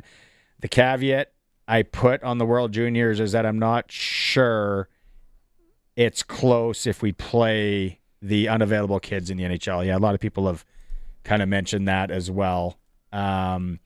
James Hamilton. James would have been up for Texture of the Year last year as well. Always got some stuff. Really good show. Watch for Belichick strolling down Vegas Boulevard soon. He basically has the same salad as Mark Davis. Just needs a quick trim. NFL Pro Line, lots of ties this week. Trust me, James, I smell what you're cooking there. But Belichick's not ending up in Vegas. His days are done. For sure. He was junk with the Patriots the last couple of years, and I know this because I'm a Patriots fan, once Tommy left. And then he went to North Carolina and kind of embarrassed himself on a number of different avenues there. He just needs to go get his boat, get into Nantucket, and take it from there. I feel like he's become a bit of a punchline over the last half dozen years. And maybe date someone within 20 years. That's not helping. That's not helping things. Yeah, like that's just weird. Yeah, very. So yeah, 936-6262 YouTube chat as well. People chiming in about Dante Myers thinking that he will be back. But again, like Arash said, he's a free agent. So he doesn't have to come 306 way. And then Damian Alford with the Stamps. I'm really curious on what happens there. I like that guy. Comox Golf Club closes at 7 p.m. Tonight? Yeah. Give me a forecast check in Comox. How about that? Where, 7 p.m. Where is that on the island? It's got to be rainy right now. Isn't it a rainy season? As far as on the island, if you're actually on the island, it's in the middle of it. Development-wise, it's the higher north side of the island. And then Comox forecast, it is 35% chance of precipitation right now. Oh, I'm there. It's doable. Harry, That's doable. We're grabbing our umbrellas, maybe some rain gear, get the speaker in the basket, get a little rickshaw. Let's go. It's like a 10-15 minute drive from the airport there, too. Oh, I see where Comox is now. It's in that kind of, I don't want to call it an inlet. Was that a strait? It's called a strait? Inlet might be the right word. That's got to be fjord? beautiful. It's not mountainous. No. That's got to be beautiful country. Like, that's the kind of place you go to and you just go, I don't want to get on that plane on the way home. Or I should have been here 20 years earlier. Should have been here long. Should have been a cowboy. Yeah. While you were talking building forts and stuff, though, just quick story time from my upbringing. About 20 years ago, my parents redid the deck in our backyard, and they never put railings on it again, which, to be fair, it's probably a 4-foot drop off the edge of the deck, and most of us were grown enough at that point that either we weren't going to hurt ourselves from that fall, or everyone who could get hurt was being watched. The point I'm getting at is, in the winter, great sledding hill. And so even though we're fully grown now, you still build it up, try and get a decent sledding hill, probably about 6 feet high, go down off the deck. Off the deck? Into the backyard. We've gotten close to getting it up to the roof, but it's right up against the actual door to get onto the deck, so you can't actually get it onto the roof. Yeah. But, and then there's some years where you get a dump of a foot of snow. Yeah, bring the snowblower in the backyard, snowblow all the snow from the yard onto the deck. That's fun. Yeah. That's fun. When you have kids, keep doing that stuff. I remember sometimes I look myself in the mirror and I go, don't be lazy. I remember building once a little luge thing for the kids off the deck in the backyard because it was just perfectly set up and there was lights and all that. And then building a hockey rink. There is nothing better than building a rink for your kid in the backyard. I almost did it again this year just because. And then I was like, and then we're going to get rain. The worst is when you get rain, and then it melts. And now it's a curling rink. Freezes, and then leaves start going. Lots of good. We got some pictures of kids building forts, kids playing street hockey. Times are different, and it all stems from our conversation about the World Juniors. And really, the Zane Perrect comments that he has to backtrack on, which Harry and I both are like, no, just double down on it. But we don't know who, told him, hey, you want to retract that. Go be a robot. Be what exactly you said you didn't want to be 3 or 4 or 5 days ago. Let the kid be a kid because they are robotic and they're always on their phones. And I see it every day. Someone messaged in about that they drove kids to school 15 years ago, and they would be on their phones. So that'd still be iPhones, right? 15 years ago, it's kind of the start. Yep. And then they were like, too bad that things haven't changed. It's probably gotten worse because now it's multiple games, and it's a different time. Okay, we're up against the block. Can you play it? Let's get some calls here. Trivia time. It's time for Sportscage Trivia for Pump Jacks. Great food, cold local draft, and a place that feels like home. All right. Playing for 100 today, Colson? Yes. $100 at Pump Jacks Cathedral, 13th and Albert. Great venue if you want to go maybe for an after work pint or bite or weekends. Music till 8 o'clock. Or music on weekends. Kids are allowed till 8 o'clock. Pump Jacks Cathedral. Try Kerwin's Crispy Ribs. You will not be disappointed. So question today, I did tease it. It's based around curling. 936-6262. Colson will go with caller 3 again. Brad Marsh style. Who has won the most men's curling championships in Saskatchewan history? The Tankard. I'll give you a hint. He's won 10. Oh. You give me that cat's name. 936-6262. Go to break, come back with the ticker, and hopefully a winner. Been a long day, your feet hurt, your brain is fried, and now supper? You're staring into the fridge, contemplating your options, but your energy says, let's just not. Now imagine golden, crispy pizza loaded with all the Greek favorites. Feta, olives, tangy tomato sauce, fresh veggies, and melted mozzarella. Every bite is like a Mediterranean vacation for your taste buds, and you didn't lift a finger. Western Pizza. Dine in or take out today. Get it hot, get it fast. Western Pizza. If you've got a Steelcraft garage door, you've got a door with parts manufactured and assembled right here in Canada. A door with better insulation and seal, plus a warranty you're probably never going to use. And if you don't have a Steelcraft garage door, you should get one. Don't just hang a door, install a Steelcraft. Turn curb appeal into curb envy. Steelcraft door, Steelcraft door, Steelcraft door. We offer more. Steel-craft.ca.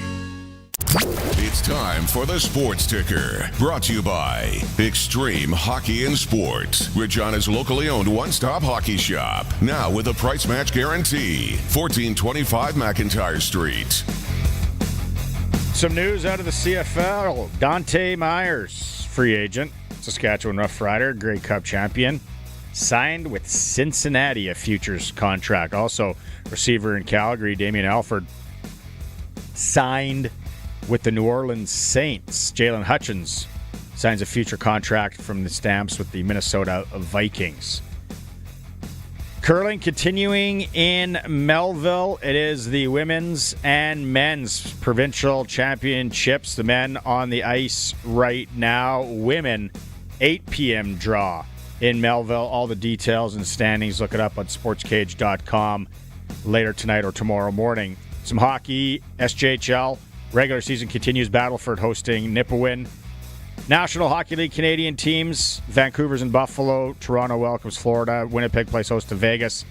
Edmonton home to Nashville. It's for the home of the price match guarantee. Extreme Hockey and Sport, where the deals continue, and they have just opened up in Moose Jaw. Extreme Hockey and Sport is now in Moose Jaw. Congratulations to them. They're in the Temple Gardens Mineral Spa there, so you can visit them. And, of course, price match guarantee. All right, so it was Pump Jacks Cathedral trivia time. And who do we have? Wade.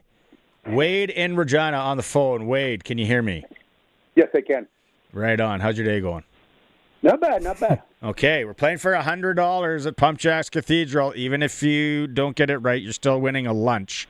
So not all is lost. But my question, Wade, you have 10 seconds to answer it. Who has won the most men's curling championships in Saskatchewan history with 10?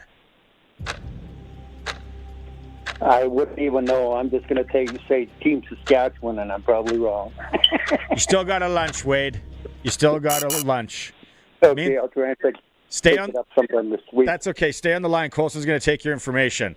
The correct answer we were looking for, we had a lot of people call in today, too, playing along. The correct Garnet Campbell, gentleman's name. He's won 10 overall. He won his first title in 1947, a little before our time. Later secured 6 championships in a productive partnership with the legend Bob Pickering. So Garnet Campbell, 10 times. Learned something today. You know who's won it? Who's on his name 7 times for the Tankard? We covered this guy back in our global days, Harry. Stephen Laycock. Steve Laycock. Yeah. Didn't we cover him when he was a junior? Yep. Yeah. The Richardson family. I've heard of them. They won 14. Yeah, the Richardsons rolled into town. And you knew you were in for it. Tankard of some sort. Going to be an 8-ender. Yeah. So 150 on the line next Tuesday for Pump Jacks Cathedral. That'll be fun against, they're located at 13th and Albert. Live music on the weekends. Wing Wednesday coming up tomorrow. You might see me there, although I should probably sit out a few Wing Wednesdays after the holiday season. We're going to come back. Glen Suitor in hour 3. If you missed Brent Kuemper, Darcy Kemper's dad, that's also coming up. And Sprinkle of the Day. It is a Sports Cage on 620 CKRM. We are 620 CKRM, a Harvard media station. Streaming online at 620CKRM.com.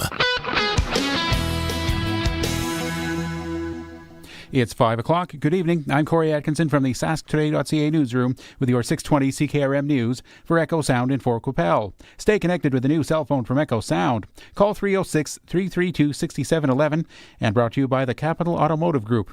Capital's 100K giveaway is back. See capital100k.ca for more information. Dates have been confirmed for a lengthy court hearing in the Highway 39 shooting near Weyburn. A preliminary inquiry for Christopher Fallman will be held October 21st to 29th. The court will decide if the case goes to trial. Fallman is accused of killing 44-year-old Tanya Myers. Police say the two were not known to each other. The accused remains in custody following a bail denial earlier this winter here.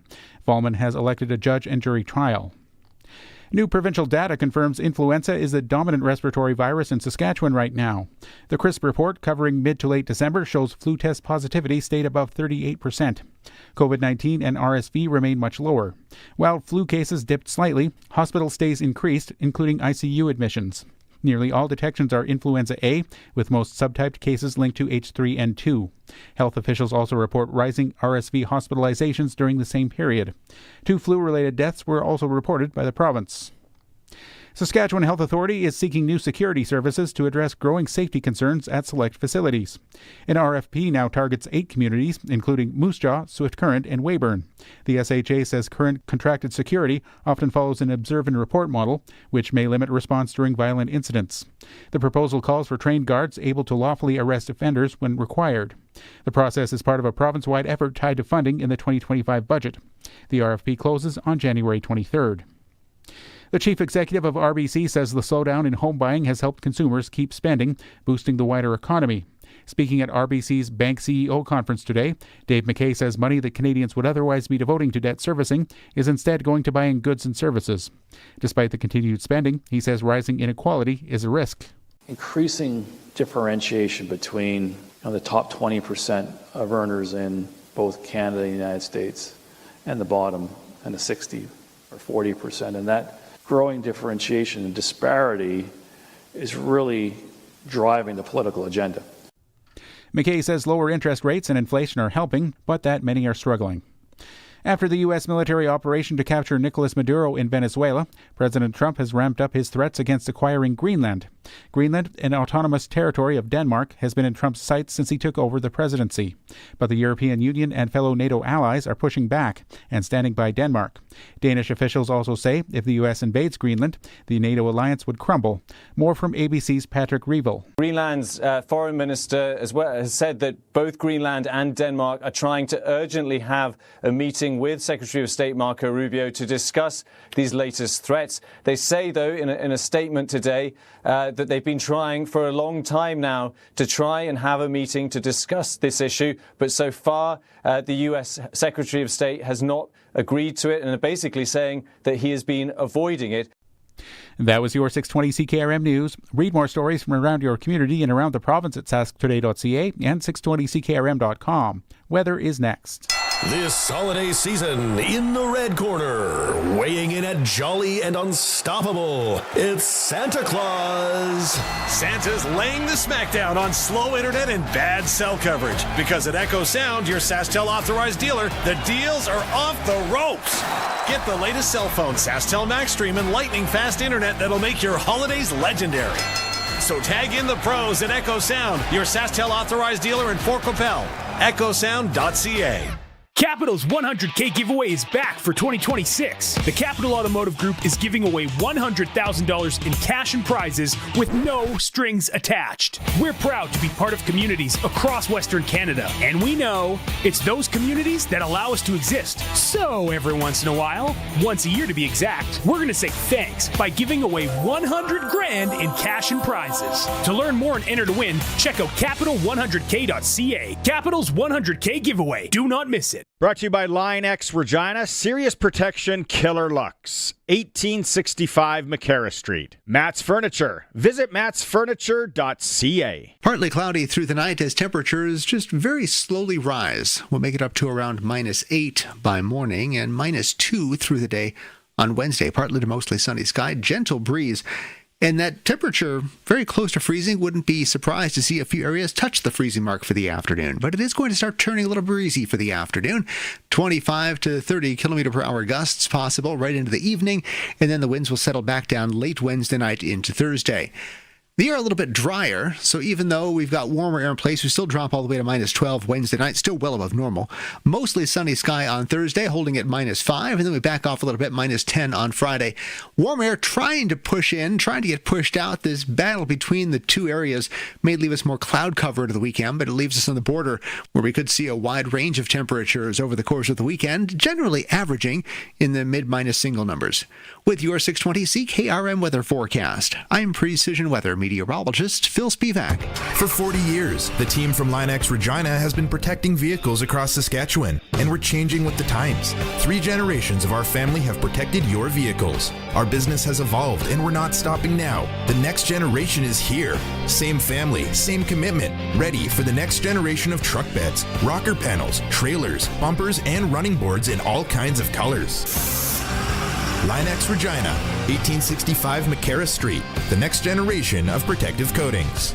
He's at it again. Matt's sharpening his pencil to save you money at Matt's Furniture. Now till January 7th, it's the Boxing Day sale with Whirlpool and Maytag. Buy any 2 qualifying Whirlpool or Maytag kitchen appliances and save $150. Buy 3 or more qualifying Whirlpool or Maytag kitchen appliances and save $300. And buy any qualifying washer and dryer and save $150. See in store for details and list of qualifying models. The Boxing Day sale is on now at Matt's Furniture in Fort Capel, Kamsack, Melville, and Foam Lake, or online at mattsfurniture.ca.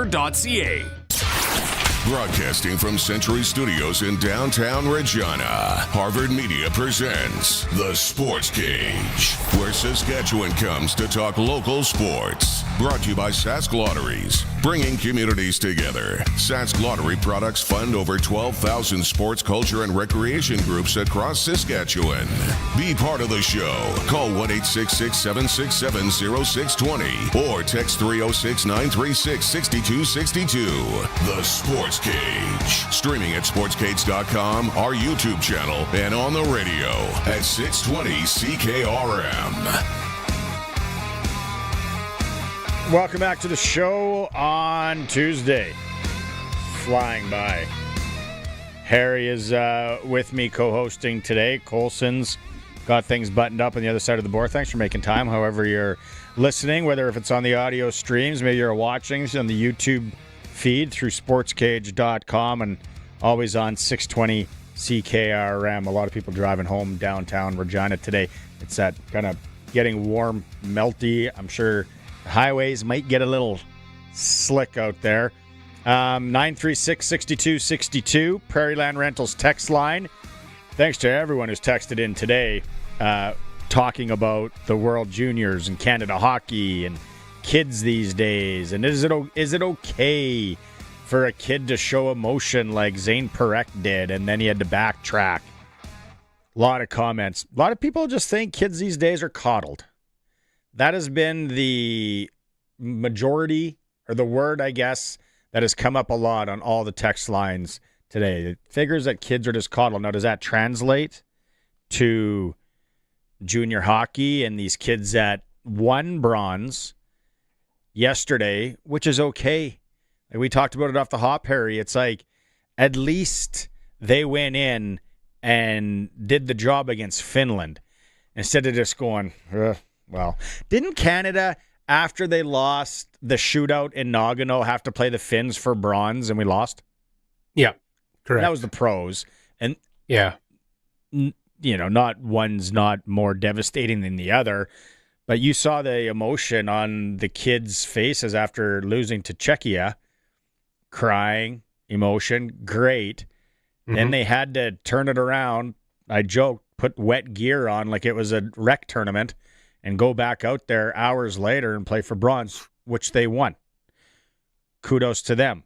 Now, Canadian hockey, and then we started it with, we're insecure as a country, especially when it comes to sports and hockey. It's like, there doesn't need to be a referendum on things, and we can point and say, well, there was all these players in the NHL that never came. So what? That's the story every year. Yeah. Every year there's NHL guys that do not come back. It's just the reality of it. And that's the cost of doing business, and Hockey Canada has adapted to that. And there's always ways to find other players. There's other players that can step up. It's not the end all be all because it's not new. It's always been that way. There's always been guys that don't come back after when they're that good and they've stuck in the NHL. Teams aren't willing to release them, and nor should they. And there's been Americans that have stayed and played in the NHL. There's been Russians when they were allowed, didn't go and play, so on and so forth. Somebody texted about was it the tournament MVP? Now he goes and plays in Kelowna as they go for the Memorial Cup. He was playing, John Keane texted me, I asked where he was playing. He was playing pro in Czechia. And then good on, they traded his rights from Lethbridge had him to Kelowna. And yeah, now he's going to go play with Tija Ginla and others in Kelowna. Great move by the Hamiltons there. But yeah, just back to everything that we're talking about. And last week, other countries are good. And yeah, we had kids in the NHL, but we had a really good team. Czechia played unbelievable again against us. They are a good team as well. Their goaltender plays up the road in Paradise for the Raiders. He was, I'm sure you'd want it back. Then you watched them play the Swedes yesterday, and that's where I actually got to sit with my kids and watch a hockey game, which was so rewarding for me, like the family time. It was like the olden days. But Sweden was so good, and they were blocking shots. And, I think, too, you look back at hockey, 91 you and I talk about, because it was in Saskatoon, and it was a big deal in the World Juniors and TSN's first takeover of it. There was a lot of bad hockey. No one wanted to watch a lot of those games. Blowouts. No. And the hockey was different, for sure. That's another thing. Canadians used to be able to run over teams and intimidate them, and these kids were just like, oh no, we got to play Canada.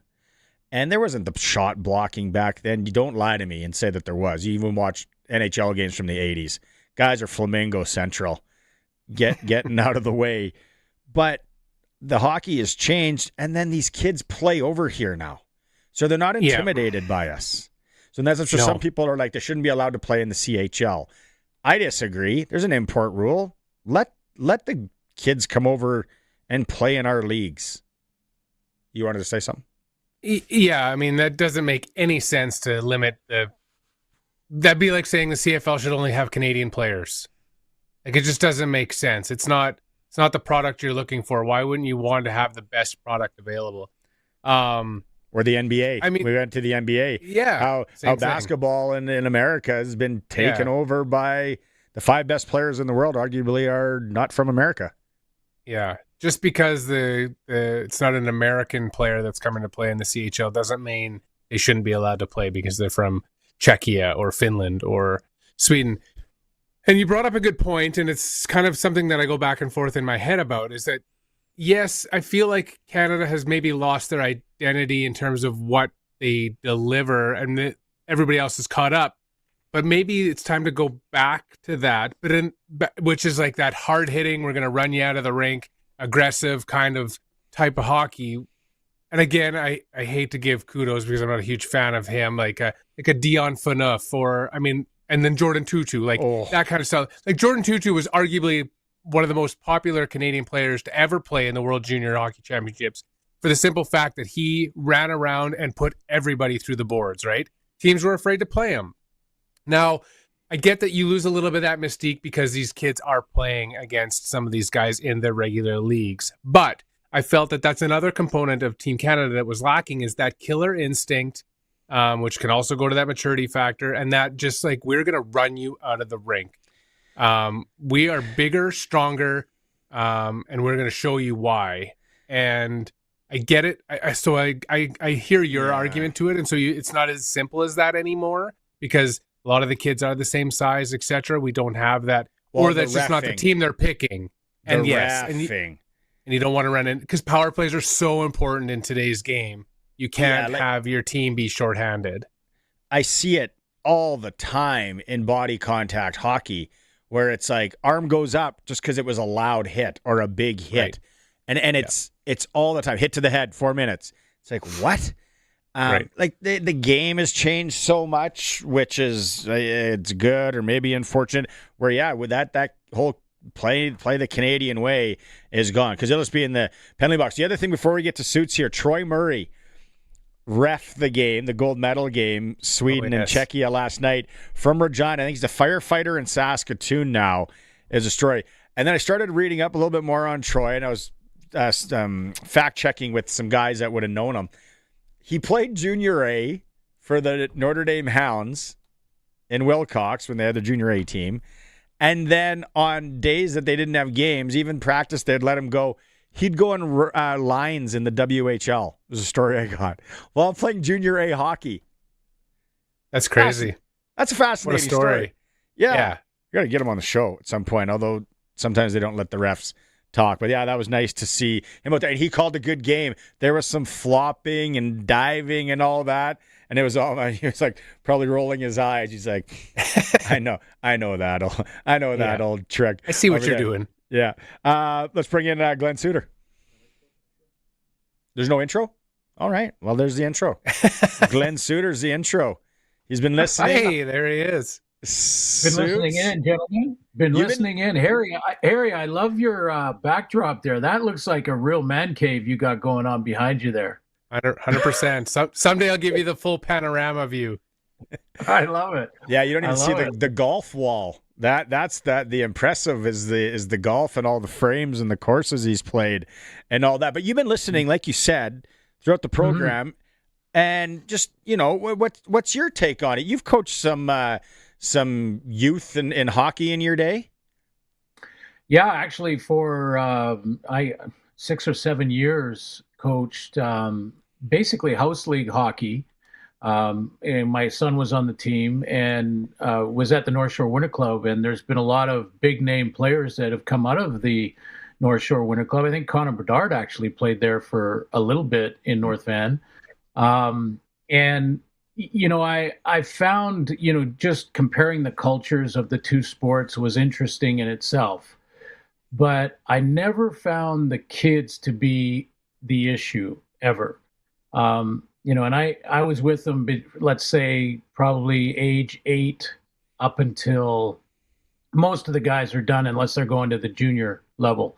But it was difficult managing parents, and and I want to be careful here because parents are doing what they believe is best for their kids, and they're trying to give them every opportunity, but they have locked in their head that there is this ultimate goal at the end that will lead to millions of dollars and your name on the Stanley Cup. And the one way I tried to curve it, and I would recommend this with amateur coaches that might be listening in, if your parents ever want to talk to the coach, always have the open door policy, obviously, but bring the kid along with him.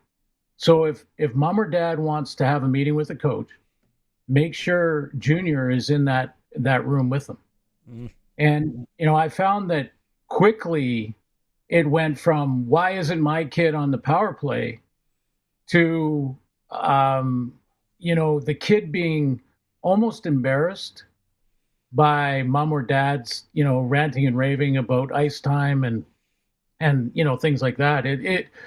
It really was a challenge to try to get the message across to parents that the goal here for me was, and we had assistant coaches to work on skills, but the goal for me was to teach them how to be a great teammate. And when you sat in the room, to be as excited about your partner's success and the guy sitting beside you as you are about, what your goals are personally. And if we could get that and get everyone to buy in, that's a life lesson that they can take well beyond the rink, and take into their personal lives. So that was always my goal. Now, we had guys that worked on skills, of course, and I love the sort of, as you guys were mentioning, the physical style of hockey, that, finish your check kind of style. I think that's a good strategy in hockey, play in their end and be physical and forecheck hard and be aggressive and have your point men jump in, all of those kind of things. But those are coaching styles, and they can vary big time. But to me, this special camps and training facilities, and let your kid play baseball, learn that skill, let your kid play hockey, love your kids, and then let the coaches coach your kids.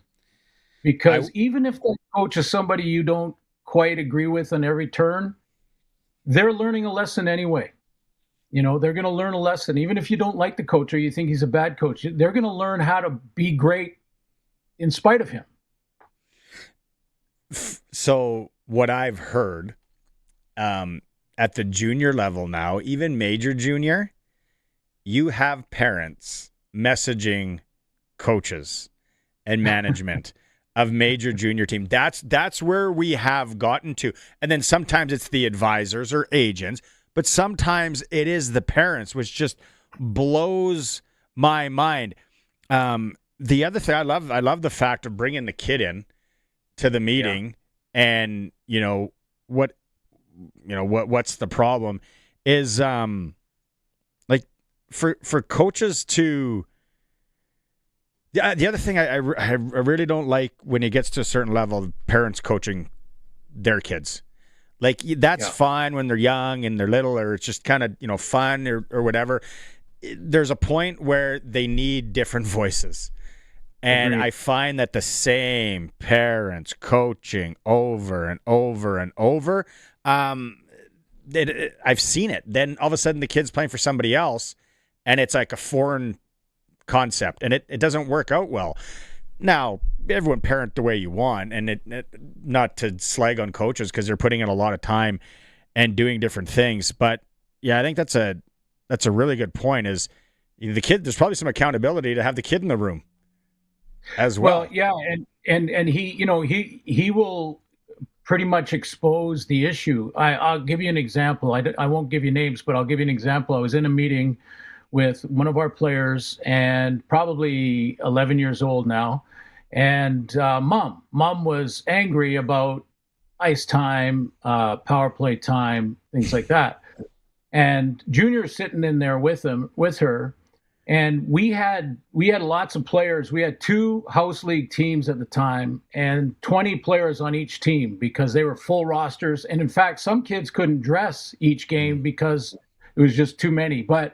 So we had put together, as coaches, rules that would determine what kind of ice time you got. In other words, if you were at practice, you were on the roster, you were dressing. If you were at practice, and we would have a little scorecard of how hard you worked, not skill levels, just how hard you worked. And if you were talking to your buddy or goofing off, then that was a mark. Those kind of things. And I asked the players at the beginning of the year to install that system. How would you like us to manage this? This is your team. How would you like us as coaches to manage this? So we're sitting in that room, and I turned to Junior and I said, well, you guys voted on the system. Have you explained it to your mom? And he went, well, no, not really. And I said, okay, so maybe we should do that. And how many practices have you missed this month? And he goes, well, all of them. And okay, so does mom know? And then he burst into tears, which was unfortunate, but he burst into tears, and mom goes, well, this isn't right. And I'm going, well, this is the system that these kids voted on. They decided on. It's their team.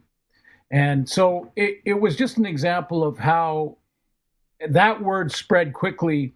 And I had very few meetings in the next 3 or 4 years with parents. Of course, had the hockey director in the room too. Make sure you do that. So it can't be he said, she said when you walked out of the door. But it just brings a sort of a sense of reality to the conversation, and you don't get into ranting back and forth and things like that. So I strongly recommend it. But listen, the World Juniors played hard. I thought because you lose one game does not mean a revamp of the entire system. Like, come on, guys. Like, that's crazy when this happens year after year and they don't make it to the gold medal game, and all of a sudden the whole thing is a problem. Like, it's not. And the kids will go in the direction that you as coaches lead them. Mm-hmm. Not to belabor, because I know we have other things to talk on, but I mean, it's a perfect example. Like, teaching these kids and these parents too, like, boundaries. Like, sports shouldn't be life. Life is life. Sports teach you lessons that you can take into your life. And if we don't have boundaries, is your mom gonna phone your job and phone your boss when you didn't get a raise? Like, you're setting these kids up for such poor coping skills down the road that they're not going to be able to do anything without their parents interjecting. And I cringe the fact that a junior hockey team would even entertain phone calls from parents. I would be like, click. I would hang up immediately. What's the worst that happens? They pull their kid off your team and then you go find another 16 or 15-year-old kid to play? 100%. Like, the fact that we've let that balance of power skew so far into that realm that we're afraid to rein parents in is ridiculous, and it's only hurting these kids, and it's just going to get worse. Okay, all really good topics, but yeah, because we only have it for a little bit of time here. Let's. I want to get some comments on. First off, Micah Johnson calls it a career, and the quick transition to defensive line coach in Saskatchewan. Well, I love it, and what a career! I mean. Forget about him physically. I mean, physically, that goes without saying. I mean, and the stats and the championships and how he even on low stat years where maybe his sack total was down a bit, Micah was blowing up offenses.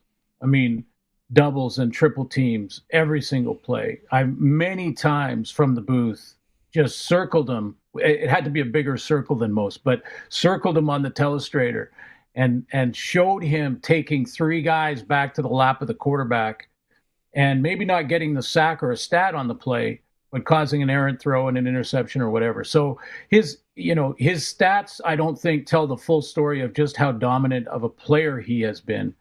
Now, his decision, I like it. I think he'll be a great coach, but not because he was a great player. That doesn't always translate. I mean, we've seen many times when great players, some of the best in their sport, don't understand fully the coaching, angle to it. And you can't just walk in there and say, do it the way I did it. Because there's no one that can do it like Micah Johnson did. Well, not no one, but there's very few that can do it with the power that he used. I think he'll be a great coach, though, because he, I saw a Rob Vanstone interview with him and article, and he talked about how much he loved understanding his particular job and responsibility. So that tells me, and all the conversations I had with him throughout the years, you could just see it, how much he studied, how much he understood the guy beside him, what his responsibilities were. That will translate. Now, there's going to be different work hours. There's going to be long, long days for Micah Johnson, where as a player, he was going home to get his feet up. Now he's going to be in the office going through video and breaking it all down and all that. So he knows that, though. Supposedly, Coach Mace makes some mean chicken, too. So coaches are always eating it. Yeah. I mean, the best example I can think of as a former teammate, guys, was Kent Austin. You could tell when we were in practice or in meetings that Kent Austin, in fact, I don't mean to be disrespectful to any of our coaches back then, but I used to say that Kent Austin, I think, is our offensive coordinator. No matter who had that title at the time, I think it was Kent that was running the show. Sticking with the Riders, the report about Dante Myers signing with Cincinnati, it feels a little bit, if you really dig deep, that this could potentially be a nice bargaining chip for him come free agency and maybe handcuff the Riders a little bit. Yeah, it could be. If I was Saskatchewan, though, I'd be putting a little bit aside and make sure you got room for that, and make sure you take care of that. And, I think you have Dante with the relationship with Trevor is a real strong point. I mean, the grass isn't always greener. We've seen many guys go, I'm going to get a little extra money and go to this. And then the quarterback situation was completely different. And the receiver has half the yardage because of it. So, Dante understands that. This is a good step for him. And Dante is good enough to play in the NFL for sure. Absolutely. Whether he can or not, or will or not, is a long, long, long shot. Because as you guys know, it's about the cash for free agencies. If there's a investment made in a free agent, not somebody they drafted. The draft is a different thing. They want to protect their scouts and all that, so they're keeping their draft picks for as long as they possibly can. And they pay him some money, obviously. But for a guy like Dante, who I haven't seen a report that he got any signing bonus. And I don't think you do very often, if ever, with these type of future contracts.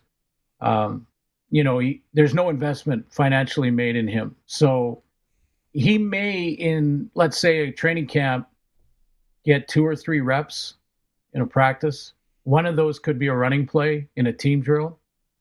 And he's, you've got to find a way to make a difference and show what you can do. And that's really hard sometimes for these free agents. What about a guy out of Calgary, 6'6", Damian Alford? He's looks to be signing with the Saints. What do you think about that, Suits, and his game maybe transitioning to south of the border? Yeah. I think physically he has what they like to see. I mean, he's got that. You could throw it up on a fade route type of player. And he can win the jump ball more than not. But he's, I would say he hasn't produced as much. So there's more as a Dante produced last year. He hasn't had that type of season here. So, there will be a question mark with regards to that for New Orleans. But physically, yes, that may give him a couple of extra reps. And if you can make those plays, that opens some eyes. You get a chance. But again, it's a long haul. If they look at the draft this year and see how many receivers Cincinnati or New Orleans, how many receivers they draft, and that'll tell you, without even going to a practice, how many reps that those two players are going to get. That's a good point. Let's end it. Some sad news. You have. Yeah, former teammate, former Saskatchewan Roughrider, Tony Dennis passed away. And Tony and I were really good friends for years, trained together, worked out together, pushed each other. He was an undersized slot back with great hands, great speed. Played for the Riders for a few years. I can't remember exactly how many, but was kind of a rotation receiver. But we got a chance, both going to Simon Fraser University, to work out together and hang out together, and just an outstanding human being. Just like we talked about, trying to teach kids to be great teammates. That's what Tony Dennis was. Great teammate. So many times I didn't want to get off the couch and he pushed me, or he didn't want to get off the couch because we were roommates for a while, and I'd push him like, get your butt up. We're going to the bank. We're going to the gym. Let's go. And he would do it, and I would do it, and we'd compete once we got there. And, one of those situations where I'm as sad as I was yesterday. I'm going to try to not be sad because of the time we spent together, and try to think of those times. All right, Suits. You know what I'm going to do for Thursday? I'm going to look up the Riders schedule when you might be in town. When do you usually get your schedule for the year on what games you're doing? Actually, it'll probably be in the next month or two. Yeah, by mid-February, I'm sure. Okay.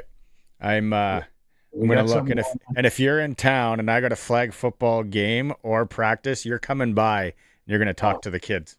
I love it. Done. I'll fly into town just for that. Forget about a game. Let's do it. Then I'll take you to Western Pizza too. Done. Ooh. I love it. Been there Can't many turn down times. that offer. Yeah. All right, Suits. Talk to you on Thursday, bud. Thanks, gentlemen. There it Thanks, is. Tom. Press coverage with Glen Suitor. Let's go to break. We'll come back. Sprinkle of the day. We'll get to more of your text messages. It is the Sports Cage on 620 CKRM. New year, same old basement? Fries Tallman Lumber has everything you need to transform that space from storage to stunning. Framing lumber, insulation, drywall, interior doors, molding, and ceiling tiles. All the materials to turn your basement into something you'll actually use. Start the year by building it right with help from the pros who know interiors. And they'll deliver it if you live in Regina, Fort Capel, or anywhere in southern Saskatchewan. Visit FriesTallman.com. Fries Tallman. Let's get you building. Sask Lotteries has over 50 years of winning behind us. And you know what that means? Lots of winning numbers. Numbers like over 1,200 organizations funded and 12,000 plus groups supported. $6 million given away annually in community grants. And the winningest number of all?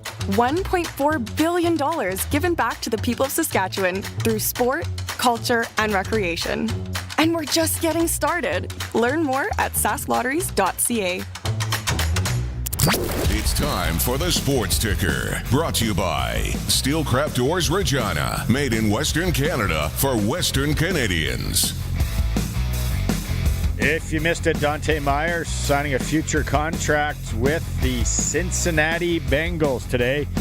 Also in Calgary, Damian Alford signs with the Saints, as well as Jalen Hutchings signing with Minnesota. All of those have been reported. Philip Daniels moving from the Saskatchewan defensive line as the coach to the Ottawa Redblacks, as they reported yesterday here on the show. Hockey tonight, SJ1 game, Nipawins and Battleford. Women's Curling Championships of Saskatchewan's ongoing. Draw at 8 p.m. tonight in Melville. The men are on the ice as well in Melville right now. All the updates will be at sportscage.com. National Hockey League regular season. Vancouver's in Buffalo. Toronto's home to Florida. Winnipeg, big game with Vegas coming to town. And Edmonton welcomes Nashville. It's for Regina Steelcraft Doors, made in Western Canada for Western Canada. Got a 40,000 square foot facility in Regina. They can help you with any garage door that you need. All right, Harry. We talked to Arash a little bit ago. I have Hugh. Yeah, let's get into sprinkle of the day, because I want to dissect your thoughts. This is the only chance this week I have to talk to you about some of these bets on Sports Select. Alrighty. Los Angeles Rams, Carolina Panthers. Now it's at 11. It changed again. That's crazy. What don't we know? So, yeah. Like I said, I'm just gonna stick NFC right now. I got a tough time not taking the Carolina Panthers, who just beat Los Angeles 4 weeks ago or whatever at home, to cover 11 points. Absolutely. I know they're 8-9, but I mean, if you go home and got a home playoff game and you lay an egg to the point where you get blown out by more than 11 points, there is something seriously wrong with your organization. So I feel like just from a saving face, they got to cover that spread. I'm going to keep our eyeballs on that line, Colson, for the rest of the week here, because with 10.5 earlier, about an hour and a half ago, now we're at 11 at sportselect.com. Okay, the other game, Harry, I'll ask you about. Are you still a Green Bay fan? I mean, I'm a Lions fan, but I don't mind I like the organization. Yeah. Yep. Green Bay, Chicago. I figure that this one's got a pro line tie written all over it, which is a 3-point game, 285 there. What are your thoughts on that one? Yeah, I like the Green Bay for the point spread for sure. I mean, it's 1. The line is 1. I feel it's going to be close. I mean, it's Chicago in January. It's not going to be super warm. It's not going to be super offensive, I don't think. It's going to be a grind-out, nip-and-tuck affair, so I could definitely see the tie.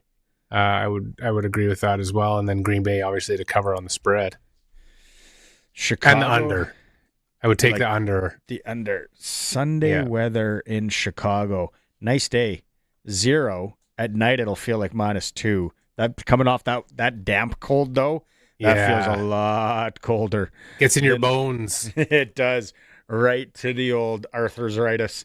Okay, so what you can do with Sports Select now, if you haven't paid attention in the last little while, you can go in and fill out the little forms like we all have for years, but you can do it all on your phone now or on your PC, and you just generate a QR code. You take it to the Lotto Spot retailer. They scan it.